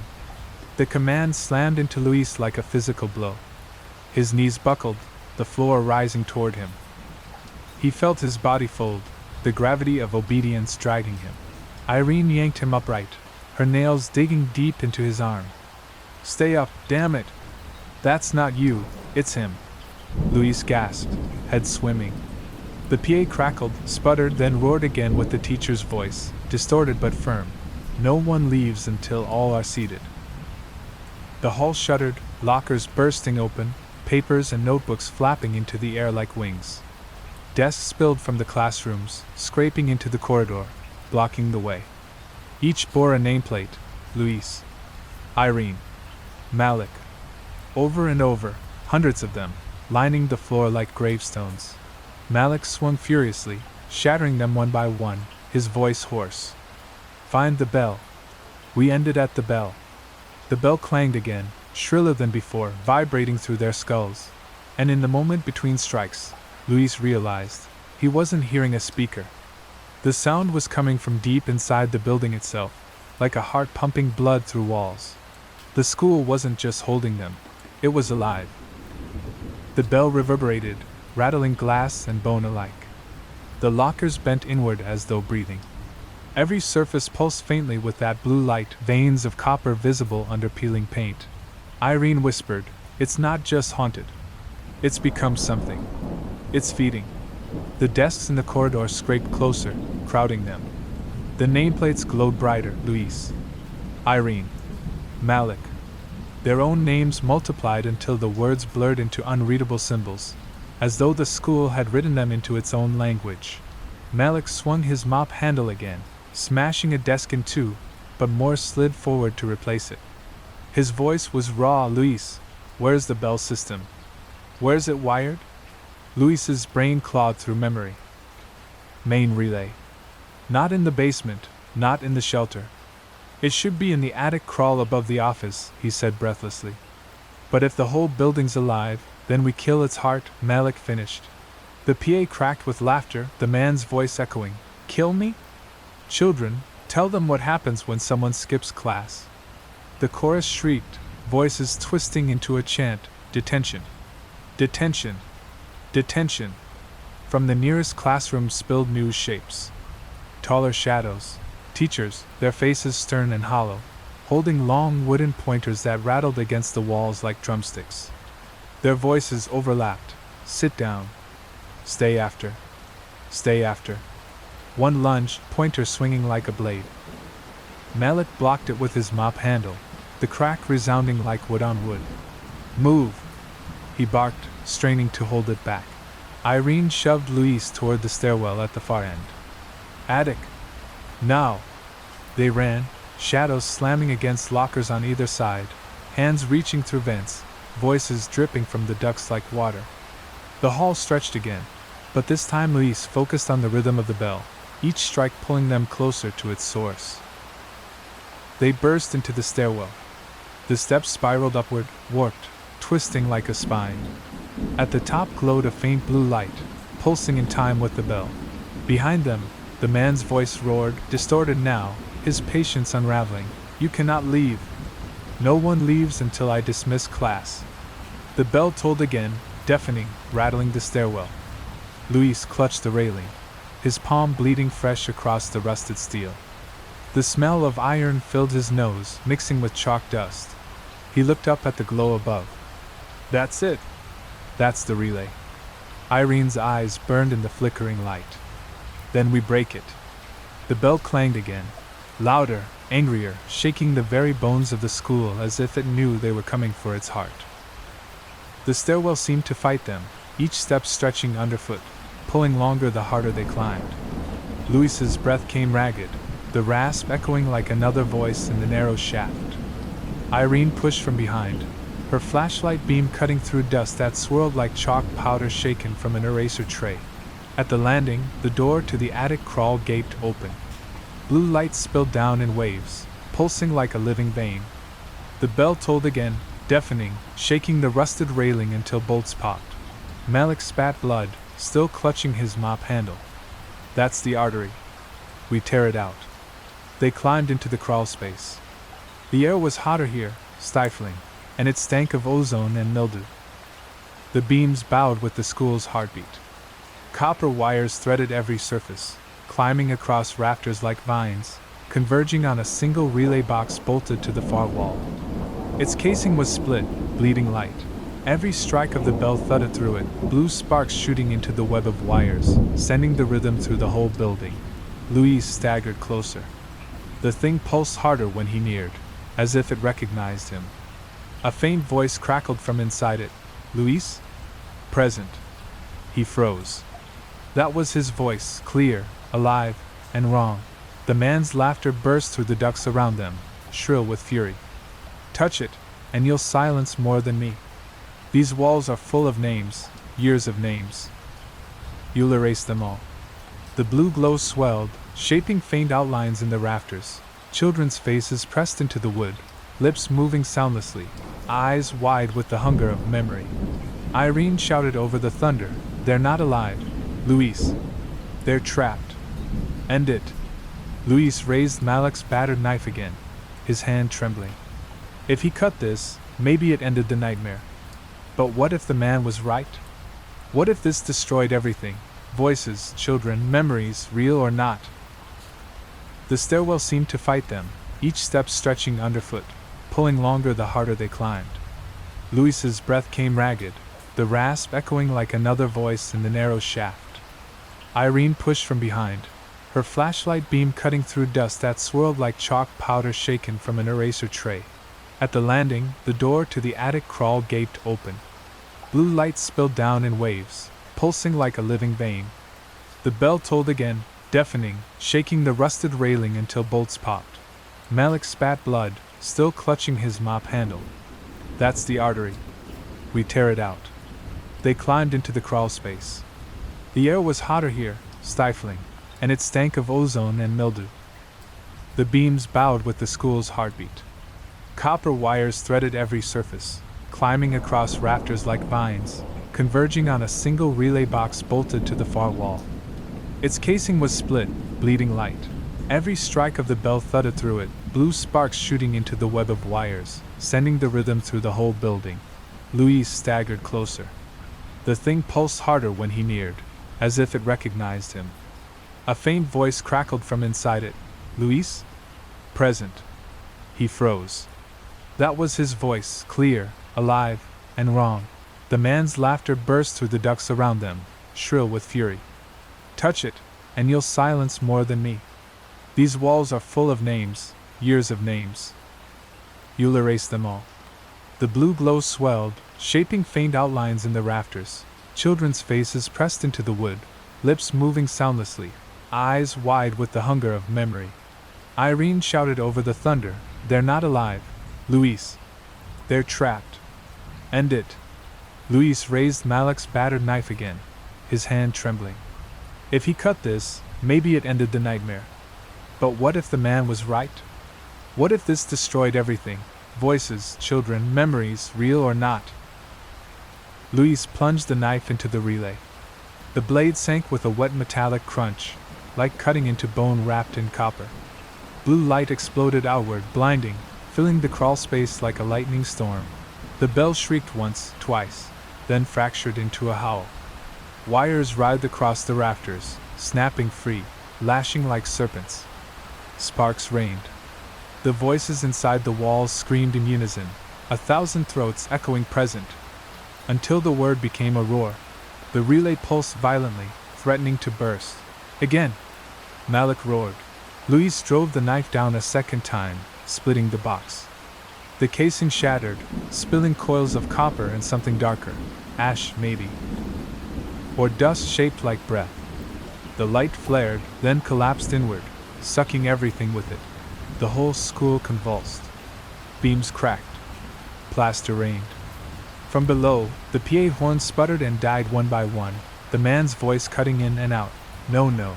Roll call isn't finished. No dismissal, then silence. The crawl space groaned under their weight. Irene grabbed Louis's arm, hauling him back from the smoking ruin of the relay. The copper veins blackened, curling into brittle husks. But before relief could take root, the floor below them buckled. The entire building moaned like a collapsing chest.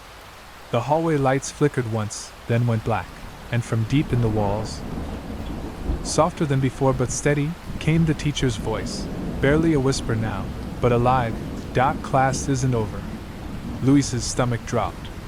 The relay was dead, but something remained deeper. The building hadn't died. Malik cursed, wiping blood from his face. We need to move before this whole place comes down.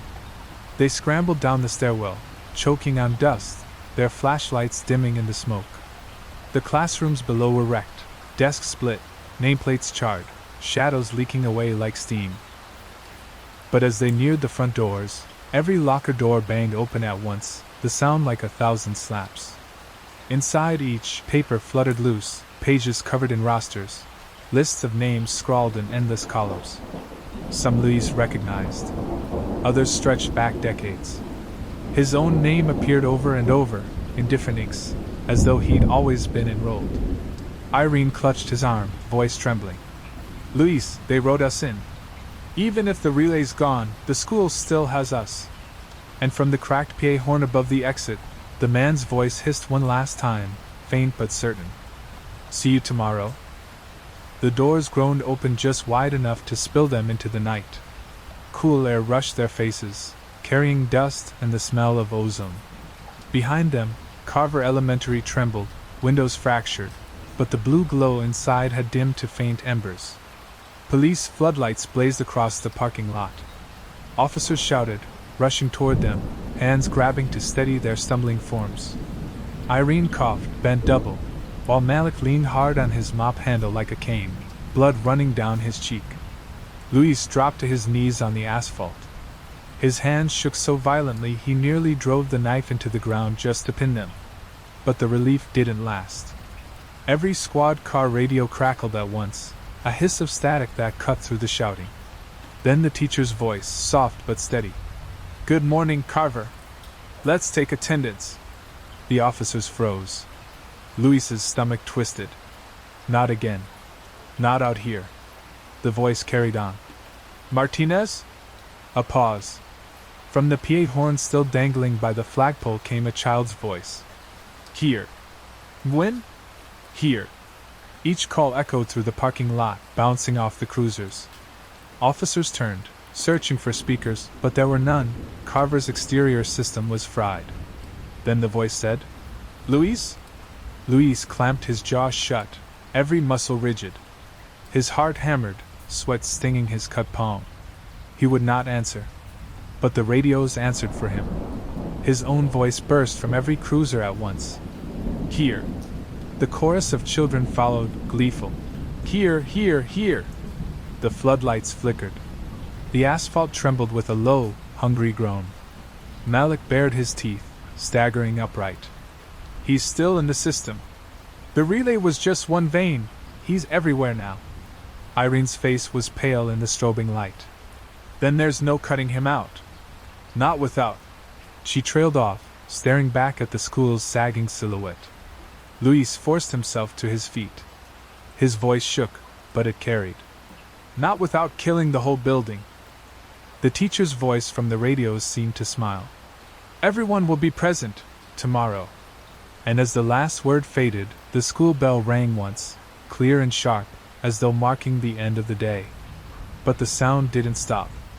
It echoed through the neighborhood, bouncing off dark houses, off empty streets, as if Carver Elementary had just called everyone to class. The bell's toll rolled across the neighborhood, heavy as thunder. Dogs barked and then fell silent. Porch lights flicked on, one by one, like eyes opening. Windows creaked as sleepy figures stirred inside the houses across the street. Luis's gut nodded. It's not just the school anymore. Radios hissed again.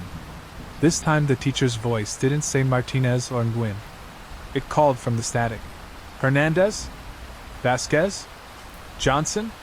Names of families from blocks away, people Luis knew lived in the neighborhood.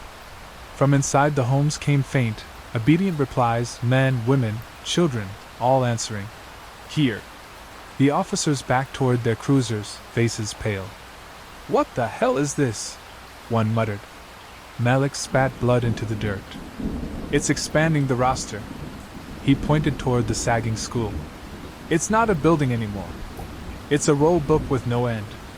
The asphalt under their feet quivered, faint cracks splitting outward from Carver's foundation like roots searching for soil. The glow in them was faint now, but alive. Irene's voice shook.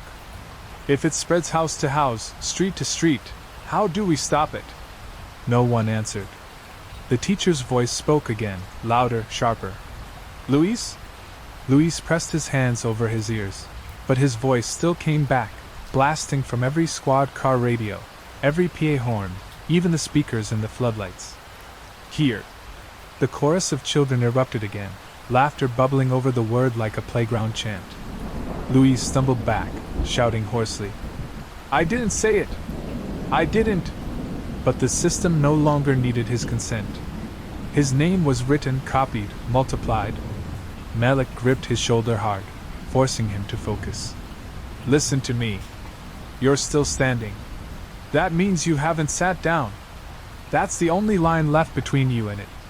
Irene's eyes darted back to the building, its black windows glowing faintly at the edges. Then we burn it. Wipe it clean. No desks. No records. Nothing left to hold us. The officers exchanged glances, shaken. You're talking about leveling a school. Luis swallowed hard, staring at Carver's broken frame. Every instinct screamed that she was right. From the houses nearby, voices rose again, more of them this time. One after another, neighbors answering to names called out of the night. Here, here, here. The teacher's voice carried, louder now, no longer confined to radios. It rolled across the streets, into the trees, filling the air itself.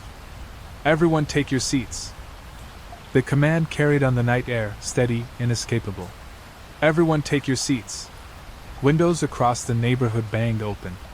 Figures moved inside. Neighbors Luis had nodded to on morning walks, kids he'd seen biking past. They turned in unison, their voices floating out, sleepy but obedient.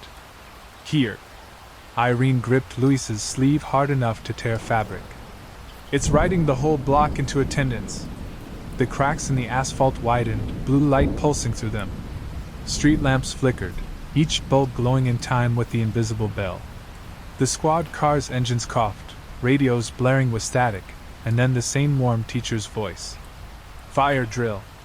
Siren tones wailed from the cruisers without anyone touching them.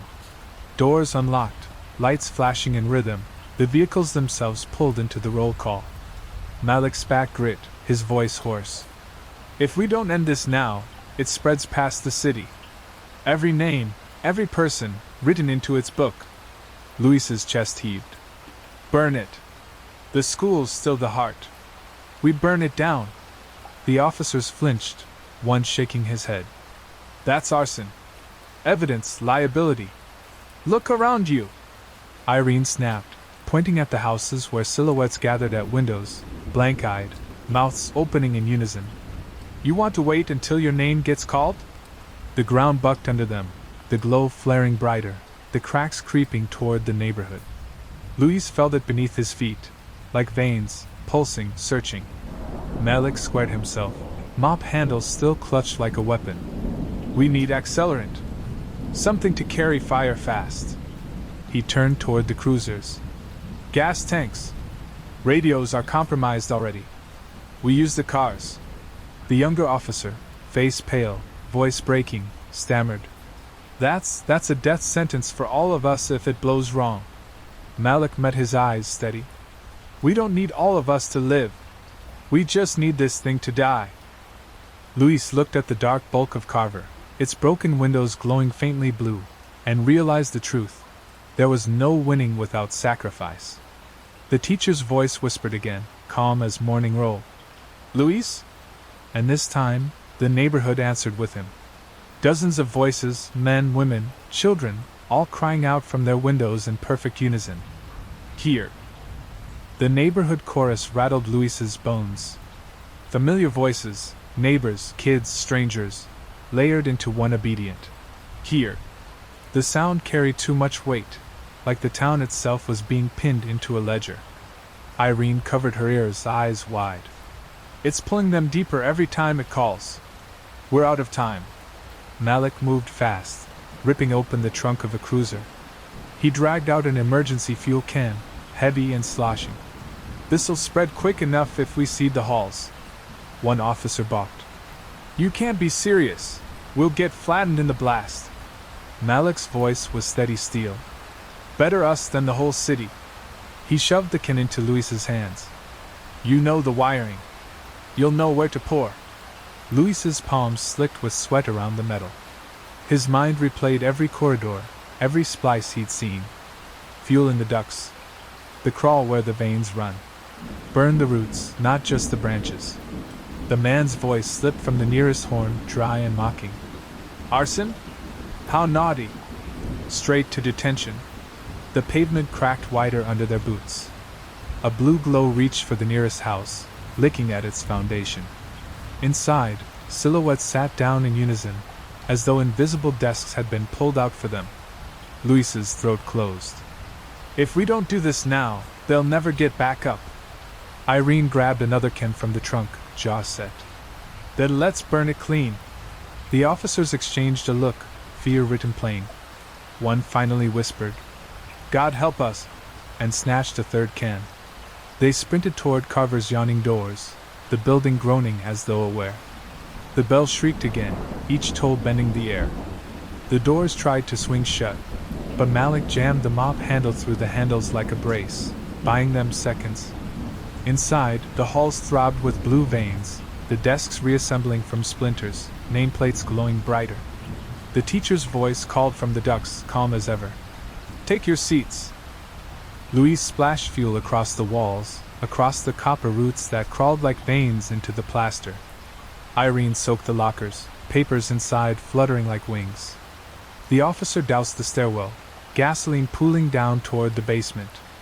The smell bit their throats, sharp and hot. Then the man's voice boomed from every speaker, angrier now, strained. "Sit down." The desk slid toward them, scraping in sync, chairs yawning open. Each bore their names again, scrawled larger, darker. The shadows inside the classrooms rose, children and teachers together, stepping into the hall. Their mouths opened wide, chanting the word like a command.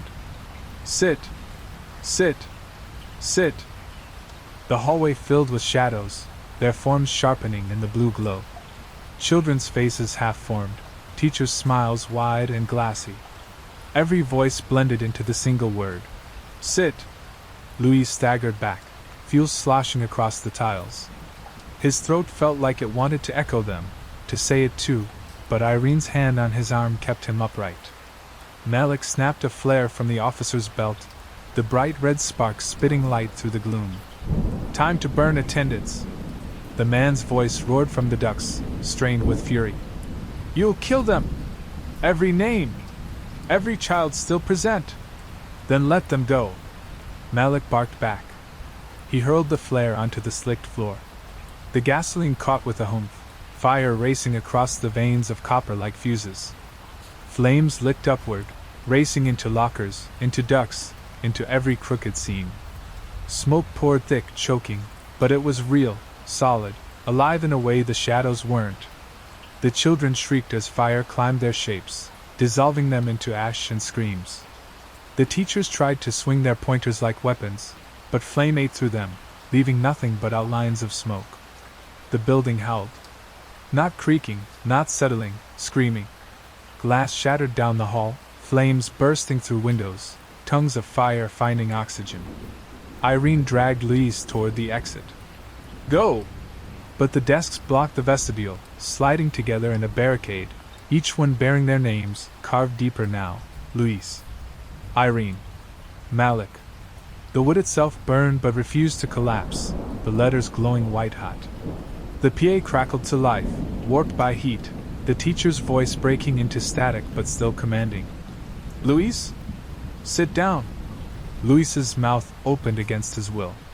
He heard himself say, barely a whisper, "Here." The desk with his name slid closer, chair yawning wider. Flames raced across its surface but never consumed it. Malik shoved him hard, snapping the trance. "Don't give him your seat!" Luis gasped, tears of smoke stinging his eyes. His knife, still in his belt, scorched and blackened, gleamed faintly in the firelight. He realized the names. If the desks were anchors, he had to cut himself loose. He raised the blade high over the glowing nameplate and drove it down. The knife sank into the burning desk with a shriek of metal on wood. Sparks spat outward, the letters of Luis flaring bright white before splintering apart like glass under heat. The desk convulsed, cracking down the middle. The chair snapped backward as though thrown, then dissolved into smoke that curled toward the ceiling and vanished. The chorus faltered. The voices that had been chanting "sit" now hiccuped, stumbling over silence, as if one part of the harmony had been ripped away. Luis gasped, chest heaving. His name didn't echo anymore. The walls didn't repeat it. The PA was quiet. Malik's eyes flared. "That's it. Break the names, break the hold." Irene didn't hesitate. She grabbed the nearest desk bearing her own name, Irene glowing hot, and shoved it into the fire, pinning it against the wall until the nameplate blistered and blackened. It let out a hollow wail, like a chalkboard dragged by nails, before collapsing into ash. The remaining desks scraped furiously across the floor, closing ranks. Their nameplates pulsed brighter, dozens now, each bearing the three of their names repeated again and again: Luis, Malik, Irene, Luis, Malik, Irene. The man's voice burst from the speakers, ragged, furious. "Stop that! They are mine! You can't erase them!" Malik swung his mop handle like a hammer, smashing desk after desk. Each crack and splinter threw more names into the flames, the chorus breaking apart with every strike. Luis hacked with the knife, slashing through glowing nameplates, sparks blinding his eyes. Each time a name broke, a scream bled from the walls, thinner and thinner. The fire roared higher, licking at the ceiling tiles, spreading into the ducts. Smoke choked the hallway, curling thick and black, but it wasn't just smoke. It carried shadows screaming as they tore apart in the heat. And then, above the inferno, the teacher's voice bellowed one last time, distorted, desperate. "No dismissal! No dismissal!" The bell rang, one final, shattering clang. Every light burst at once. The desks collapsed into heaps of charred splinters. The PA horns popped, silence following like a snapped cord. For a heartbeat, nothing moved. No voices. No laughter. Just fire and falling plaster. Then the building groaned deep in its bones. The floor tilted. Malik's shout cut through the roar. "It's coming down! Move!" They ran through fire and wreckage as Carver Elementary let out its death rattle, the blue veins curling black behind them. And as Luis staggered through the ruined vestibule into the night air, the school collapsed inward with a sound like 1,000 desks slamming shut at once.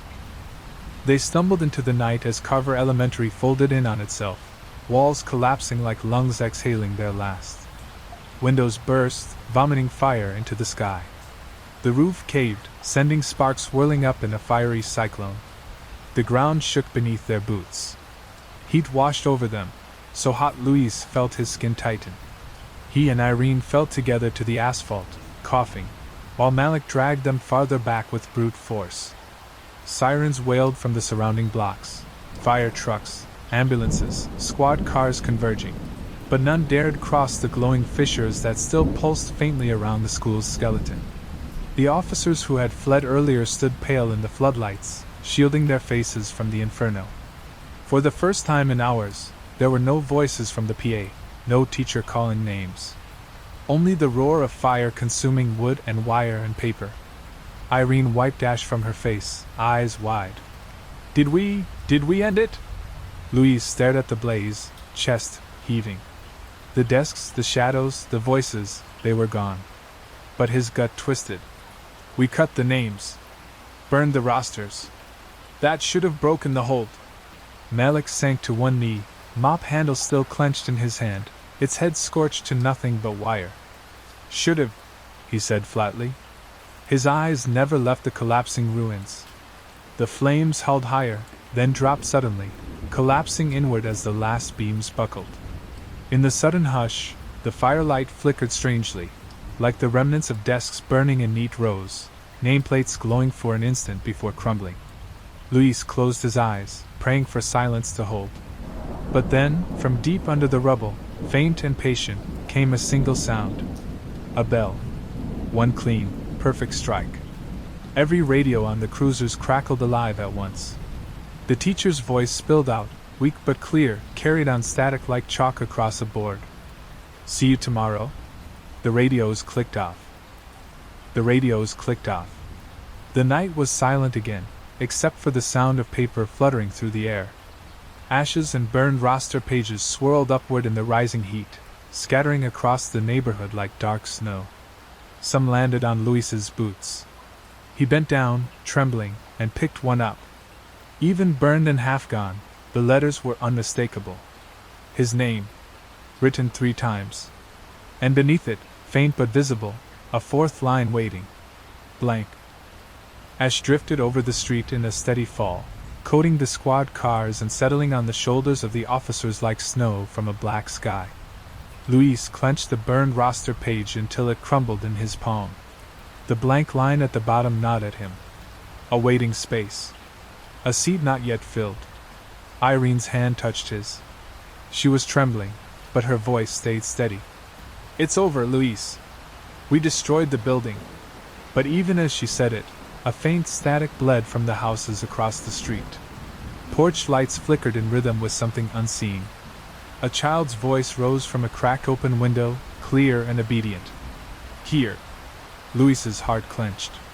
The school was rubble, but its reach hadn't died. It had seeded itself into the neighborhood, into the people. Malik rose slowly, blood streaked across his jaw. His eyes narrowed against the glow. Listen to the timing, he rasped. 40 minutes between the last bell and that call. Tomorrow isn't a metaphor. It's a schedule. First bell, Luis whispered. 8:05 a.m. Carver's bell schedule. A cruiser radio popped and hissed. The warm teacher's voice, tired, patient, threaded through. See you tomorrow? Then silence.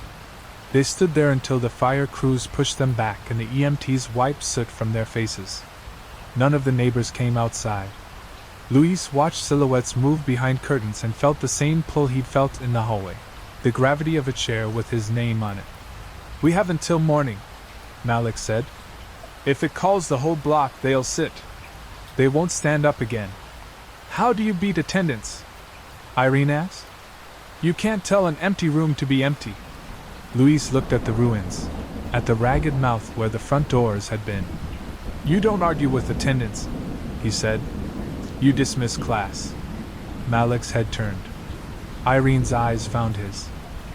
The bell, Luis said. Not the electronic one. The old authority. The building listened to her voice. We need something older than its wires. Something it can't fake. Irene swallowed. Principal's handbell. Mrs. Alvarado kept it in a glass case. When the power went out, she'd ring it at dismissal and say the same words every year. What words?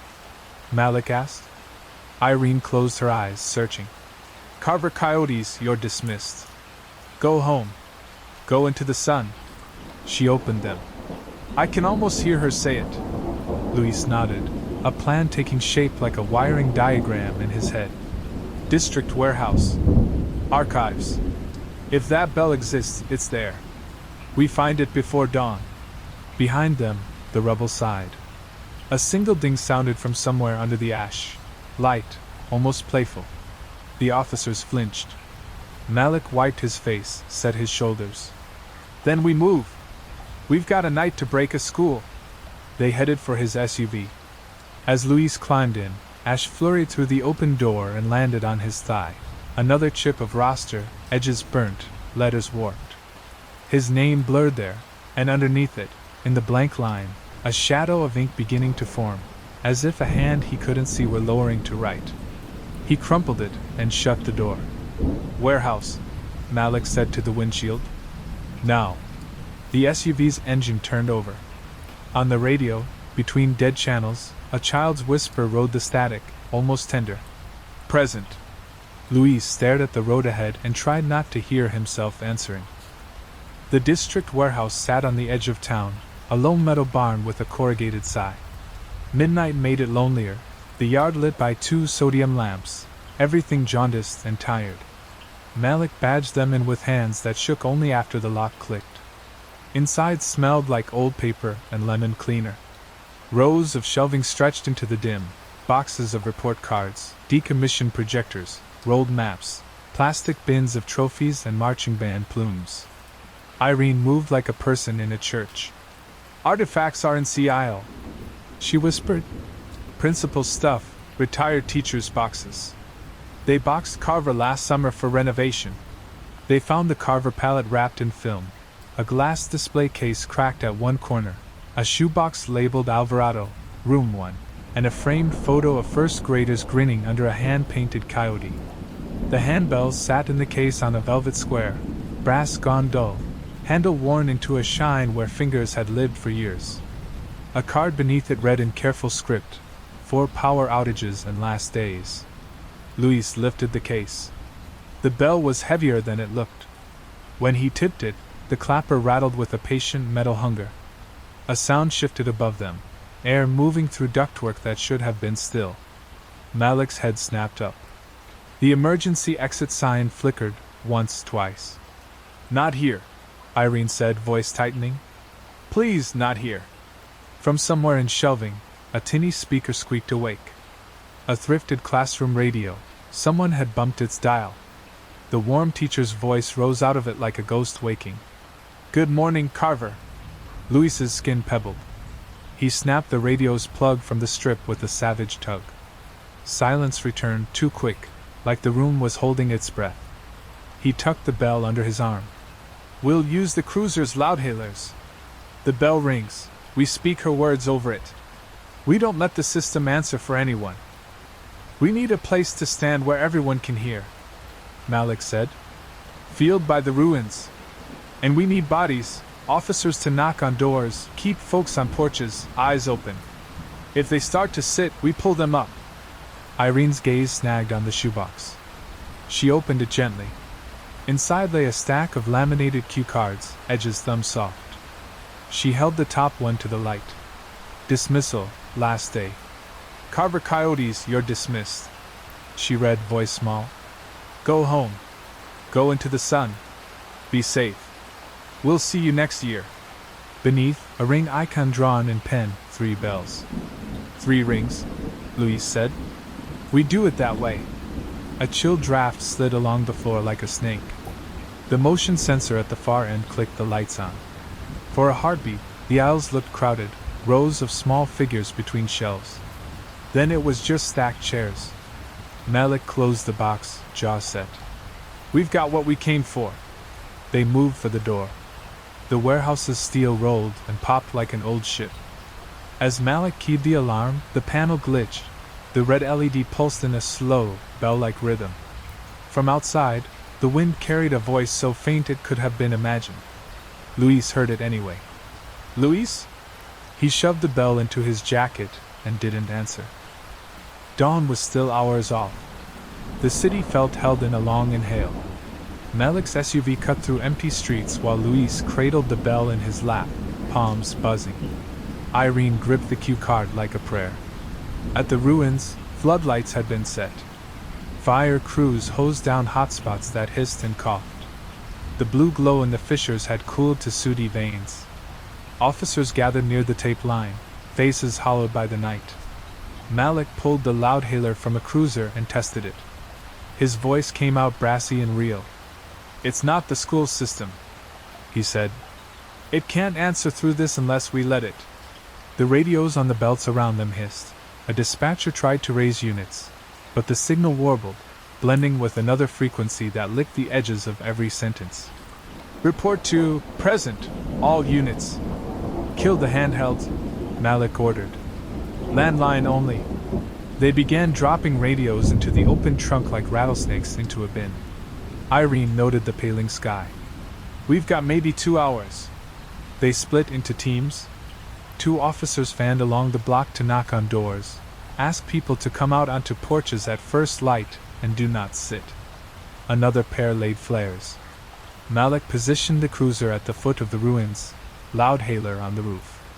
Louise stood where the front steps had been, a lip of cracked slab and rebar. He could still feel the building's bones underfoot, cooling, angry. He balanced the bell, tested a gentle shake. Its sound was clean, old, cutting through the damp like a blade. The neighborhood seemed to lean toward it. Curtains twitched.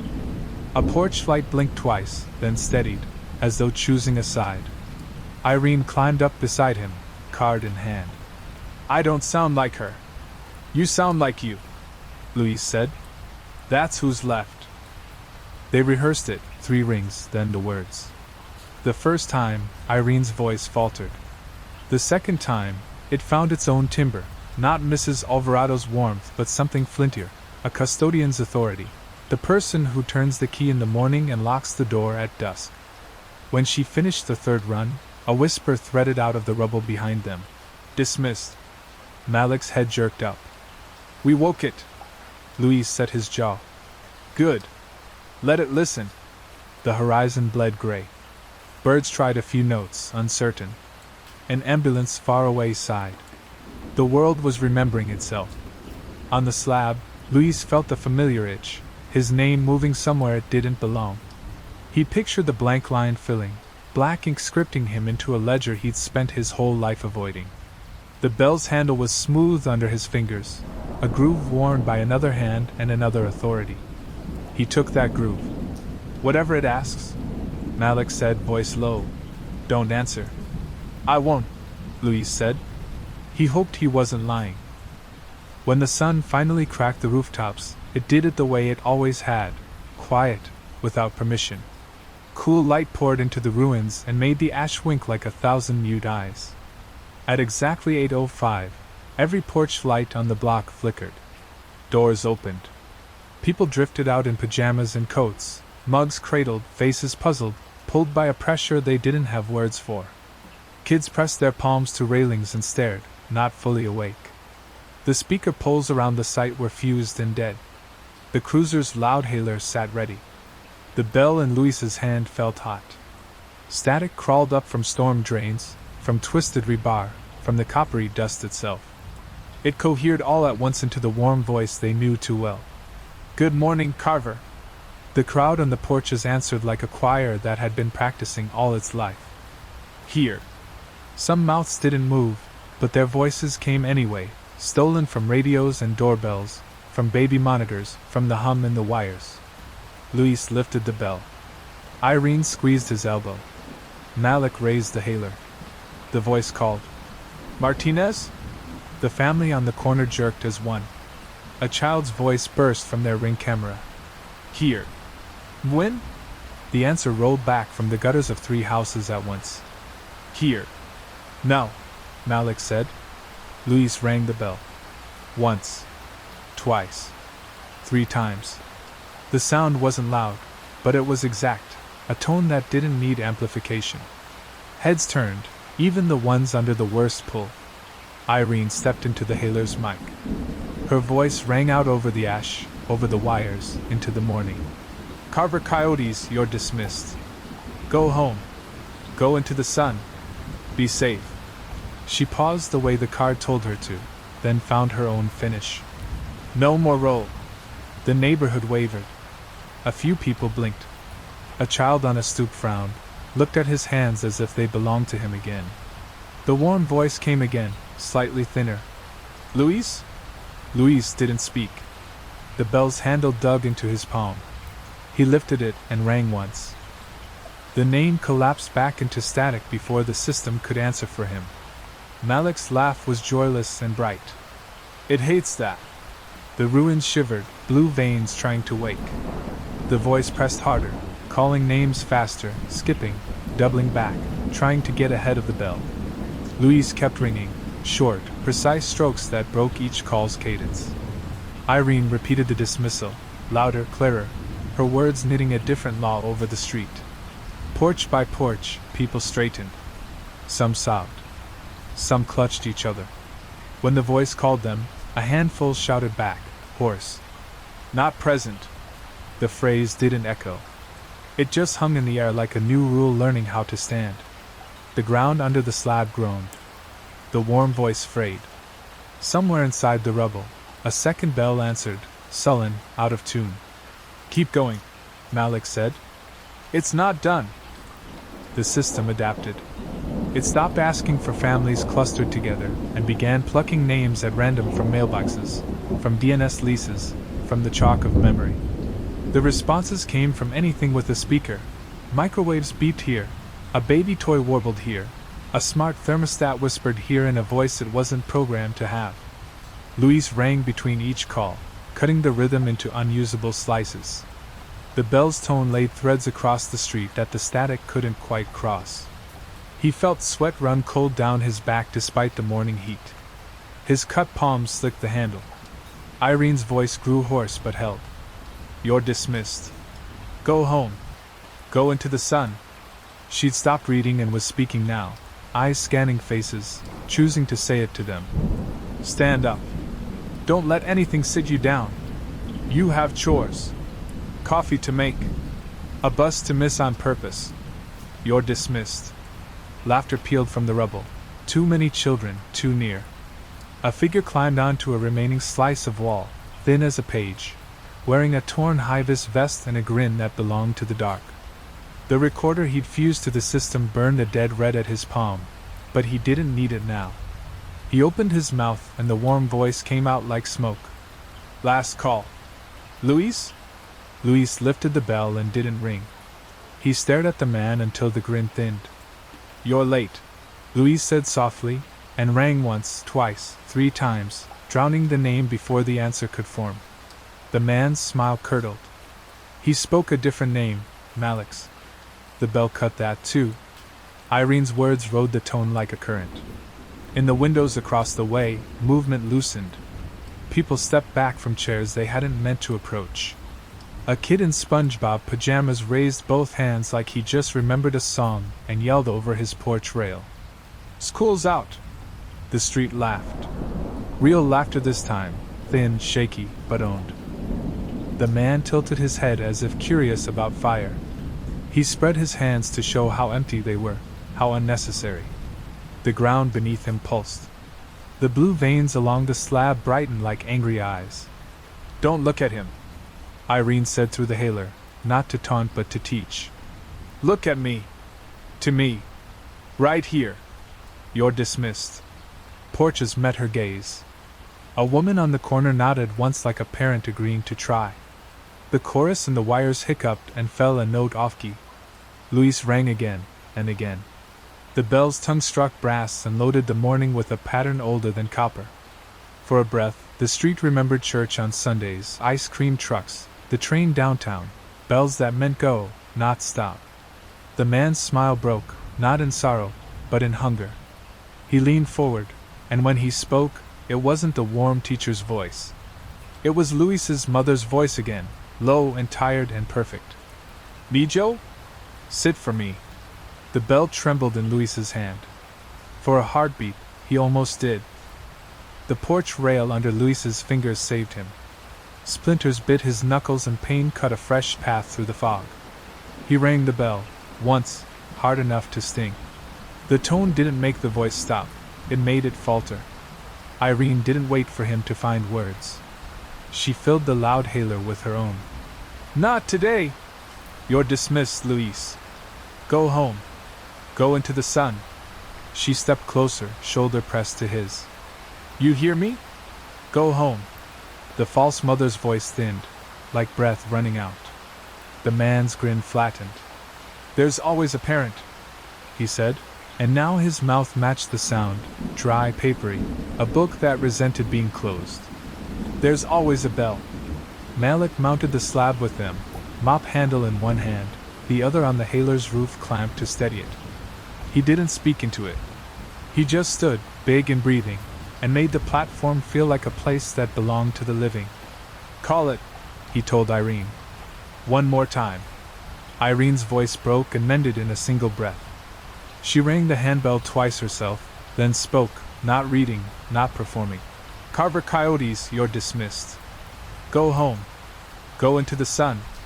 She let the quiet after those words fill the street. We'll see each other when we choose. Across the block, people straightened. A teen girl took her little brother's hand and pulled him backward, away from the stoop, into the yard, into the light warming the grass. An old man sat on his steps not to obey a pull but because his legs trembled, for a change he owned. The man on the wall cracked like a page set on fire. Edges browned, smile varying between too wide and too thin. He tried another name, Mrs. Alvarado's. The bell rang before her voice could rise. He tried Irene's. The bell cut that, too, and Irene smiled the smallest, meanest smile he'd seen on her all night. It's not your role anymore, she said. The blue veins under the slab dimmed a shade. The static hissed through the ruins like breath, angry and private. The man held up his hands as if to say fair, then put one finger to his lips, shushing the morning. From the rubble behind him, a second bell chimed, sour and wrong, the broken relay's ghost answering with its own dismissal. The porches flinched. Luis lifted the brass and rang directly into that sound, forcing the two tones to beat against each other. The rough bell lost. He felt it collapse, tones shaking apart. Again, Malik said. Luis rang until his wrists burned. He rang until he felt the pattern in the bones of the block, until the porches found it by accident and held it like a memory. The man's shape tore along the shoulders, paper splitting. He melted back into the void of the ruins, voice scattering like ash. For the first time since the night began, the street's silence wasn't waiting. It was empty the way a room is empty after a party, messy, human. Keep watching, Malik warned, breath rough. It will try again. Luis believed him. The bell's weight didn't change. They worked down the block like a parade in reverse. No banners, no music, just the bell and a sentence repeated until it made grooves in the morning. Irene moved porch to porch with a handful of officers, asking people to stand, to step into light, to say nothing if a voice used theirs. The entity tried tricks. It called through vents, through televisions that were unplugged. It made a lamp flicker in Morse that looked like a child waving from a window. It used a baby's first word. It used a dead husband's laugh. Each time, the bell cut it one notch shorter. On the third house, a woman in a robe shook so hard her teeth clicked. He keeps saying my maiden name, she whispered. No one's used that in 20 years. Not his to use, Irene said gently, and rang the bell once right in front of the woman's chest. The woman's shoulders dropped. The porch light steadied. By 8:30, the calls slowed. Names came farther apart, like a teacher finally running out of will to fight the bell. The ash smell thinned. Birds dared an argument, and kept it. Luis's arms felt like wet ropes. Each ring dug the handle into his bruised palm. He didn't stop. When he wavered, Malik's hand came under his elbow, a quiet brace that didn't ask anything but the next swing. At the far end of the block, the last porch light blinked twice, then held. A front door opened onto darkness that stayed dark. The voice didn't speak from it. Luis rang for the quiet, just to teach it which one of them was older. When the last call didn't come, when the silence held for a full minute, Irene lowered the hailer and wiped her eyes with the back of her wrist. Is that? She couldn't say it. Enough, Malik said. For now. Ambulances moved in with water and oxygen. Neighbors talked like people waking from anesthesia, fragments first, then sentences. A little boy tugged Luis's sleeve and asked if the bell was magic. Luis told him no, older than magic. The kid nodded like that made sense. Louise stood on the slab alone for a breath. The ruins smoked. The fissures were ash. The bell handle warmed in the sun. He thought of Mrs. Alvarado, of her voice over the hallway buzz, and for a moment he felt very small and very held. His phone vibrated. Unknown number. The screen flashed the old exchange. He didn't answer. A voicemail appeared anyway. 12 seconds of static and a breath that shaped a word without owning it. Present. He put the phone face down on the concrete and rang the bell once, so softly only he heard it. The voicemail icon stayed. By noon, the fire was cold enough to poke. City officials arrived with clipboards and liability tones. They frowned at the crater, at the scorched map of a school that had grown too many veins. They used words like arson and exposure and power surge. Malik stood between Louise and the worst of them, answering questions in sentences that held their shape. He didn't lie. He said exactly enough truth to keep the story from sprouting 1,000 wrong versions. 2 officers were missing. A school burned. The neighborhood had been affected. District security had acted to prevent a wider event. When it came time to inventory, Louise handed the handbell to Irene. They'll want to bag it. Let them argue with you. She wrapped it in a towel and slid it into a tote with her name written in sharper. I'll clean it, she said. Oil the handle. Keep it by my door. Keep it where you can reach it, Malik said. Just in case. They sat on the tailgate of a truck and drank water like it was a plan. The sun found their burns and made them hurt in honest ways. In the quiet under the official noise, Louise heard ordinary city sounds: garbage truck brakes, a dog complaint, a distant train. None of the sounds said here. You think it's gone? Irene asked, not looking up. Louise considered the blank line on the crumbled roster. I think it's thinner, he said. I think it hates sunlight and people drinking coffee and kids deciding not to listen. Malik's mouth twitched. So it's a teacher after all. A detective approached with a notebook, did the dance about statements and times. When she left, Malik exhaled long. We'll be writing this up until retirement. Write it like a procedure, Louise said. Step 1, ring the bell. Step 2, dismiss class. Step 3, don't answer when the building calls your name. Step 4, Irene added. Bring a mop handle. They almost laughed. It felt like finding a chair that didn't belong to anyone and sitting because you chose to. The afternoon wore on. A backhoe rolled into place. The arm swung once, twice, scooping blackened wire and char into a waiting dumpster. Each scoop sounded like the end of a rule. Louise's phone buzzed again. Another unknown number, another old exchange. He silenced it without looking. The bell in Irene's tote clinked softly. It seemed to approve. Weeks later, a perimeter fence and a banner went up, future site of Carver Memorial Park. City meetings used words like healing space and land acknowledgement. The neighbors wanted a playground. Someone proposed the sculpture of a coyote. Louise went back to work. Phones broke. Lines ghosted. He replaced the gateway in a middle school where the morning announcements squealed and felt his skin crawl until the new box behaved. Sometimes, late, his cell would light with a number mapped to an office that did not exist anymore. He let it ring. The voicemail always captured a sigh with a syllable cupped in it, almost a word. He'd play it once with the bell in his other hand, and the recording would sound embarrassed, like it had come to the wrong house. He saw Malik for coffee on Tuesdays. Malik had a pink line at his hairline where the cut had healed. He'd brought the mop handle into his office and leaned it in the corner like a trophy that remembered what it was for. Irene ran her keys like rosary beads and walked the park fence every evening, checking for new cracks. The bell lived by her door. A child from the block would sometimes ask to ring it. She let them and told them what it meant. They rang it once, never 3, and then ran off laughing. One morning in late September, a portable classroom was delivered to a school across town. Not Carver, another campus with an enrollment bubble and not enough rooms. Louise signed the delivery form. The contractor pried. The portable was clean, fresh paint on its siding, But when the contractor unlocked the door, Louise smelled chalk dust. Not drywall, not primer, chalk. A sound brushed the air, soft as fabric, the faint scrape of a desk leg shifting. The contractor frowned. Thought this unit was empty. Louise's pulse jolted. He stepped forward before anyone else, pulled the door wider. The room was blank, linoleum gleam, whiteboard pristine, but in the center sat a single desk.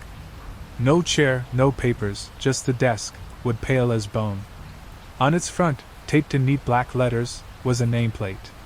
Louise. For a moment his knees wavered. He saw himself folding neatly into the chair, hands on the desk, mouth forming a word he hadn't chosen. Here. Behind him, Irene's voice came sharp. Ring it. Her hand was already in her tote, bell raised. She shook it once. The tone split the air, cutting the invisible pressure like a seam unstitched. The nameplate curled at the edges, ink blackening, until the paper crumbled and fell away. The desk sighed, old wood letting go, then collapsed inward into itself, nothing but splinters on the floor. The contractor blinked, rubbed his eyes. Guess it wasn't level. Junk furniture. He turned back to his truck. Louise stayed in the doorway, heart still hammering. He turned to Irene, whose hand still gripped the bell, knuckles pale. Malik stood just behind, mop handle at ease like a soldier off duty. No dismissal without a bell, Malik said quietly. Not ever again. Irene nodded. Then we keep it close, just in case it tries another year. Louise looked at the pile of splinters, the blank space on the floor where a seat had waited for him. His chest eased. The line was gone. For now. He reached for the bell. Irene passed it to him without question. Its handle was warm in his palm, a groove carved by years of use. He rang it once, soft, clear, final. The sound hung in the air, cutting every whisper, every memory. Outside, kids laughed on a playground across the street, their voices human, untidy, alive. Louise lowered the bell, breathed, and whispered the words he hoped would hold. You're dismissed.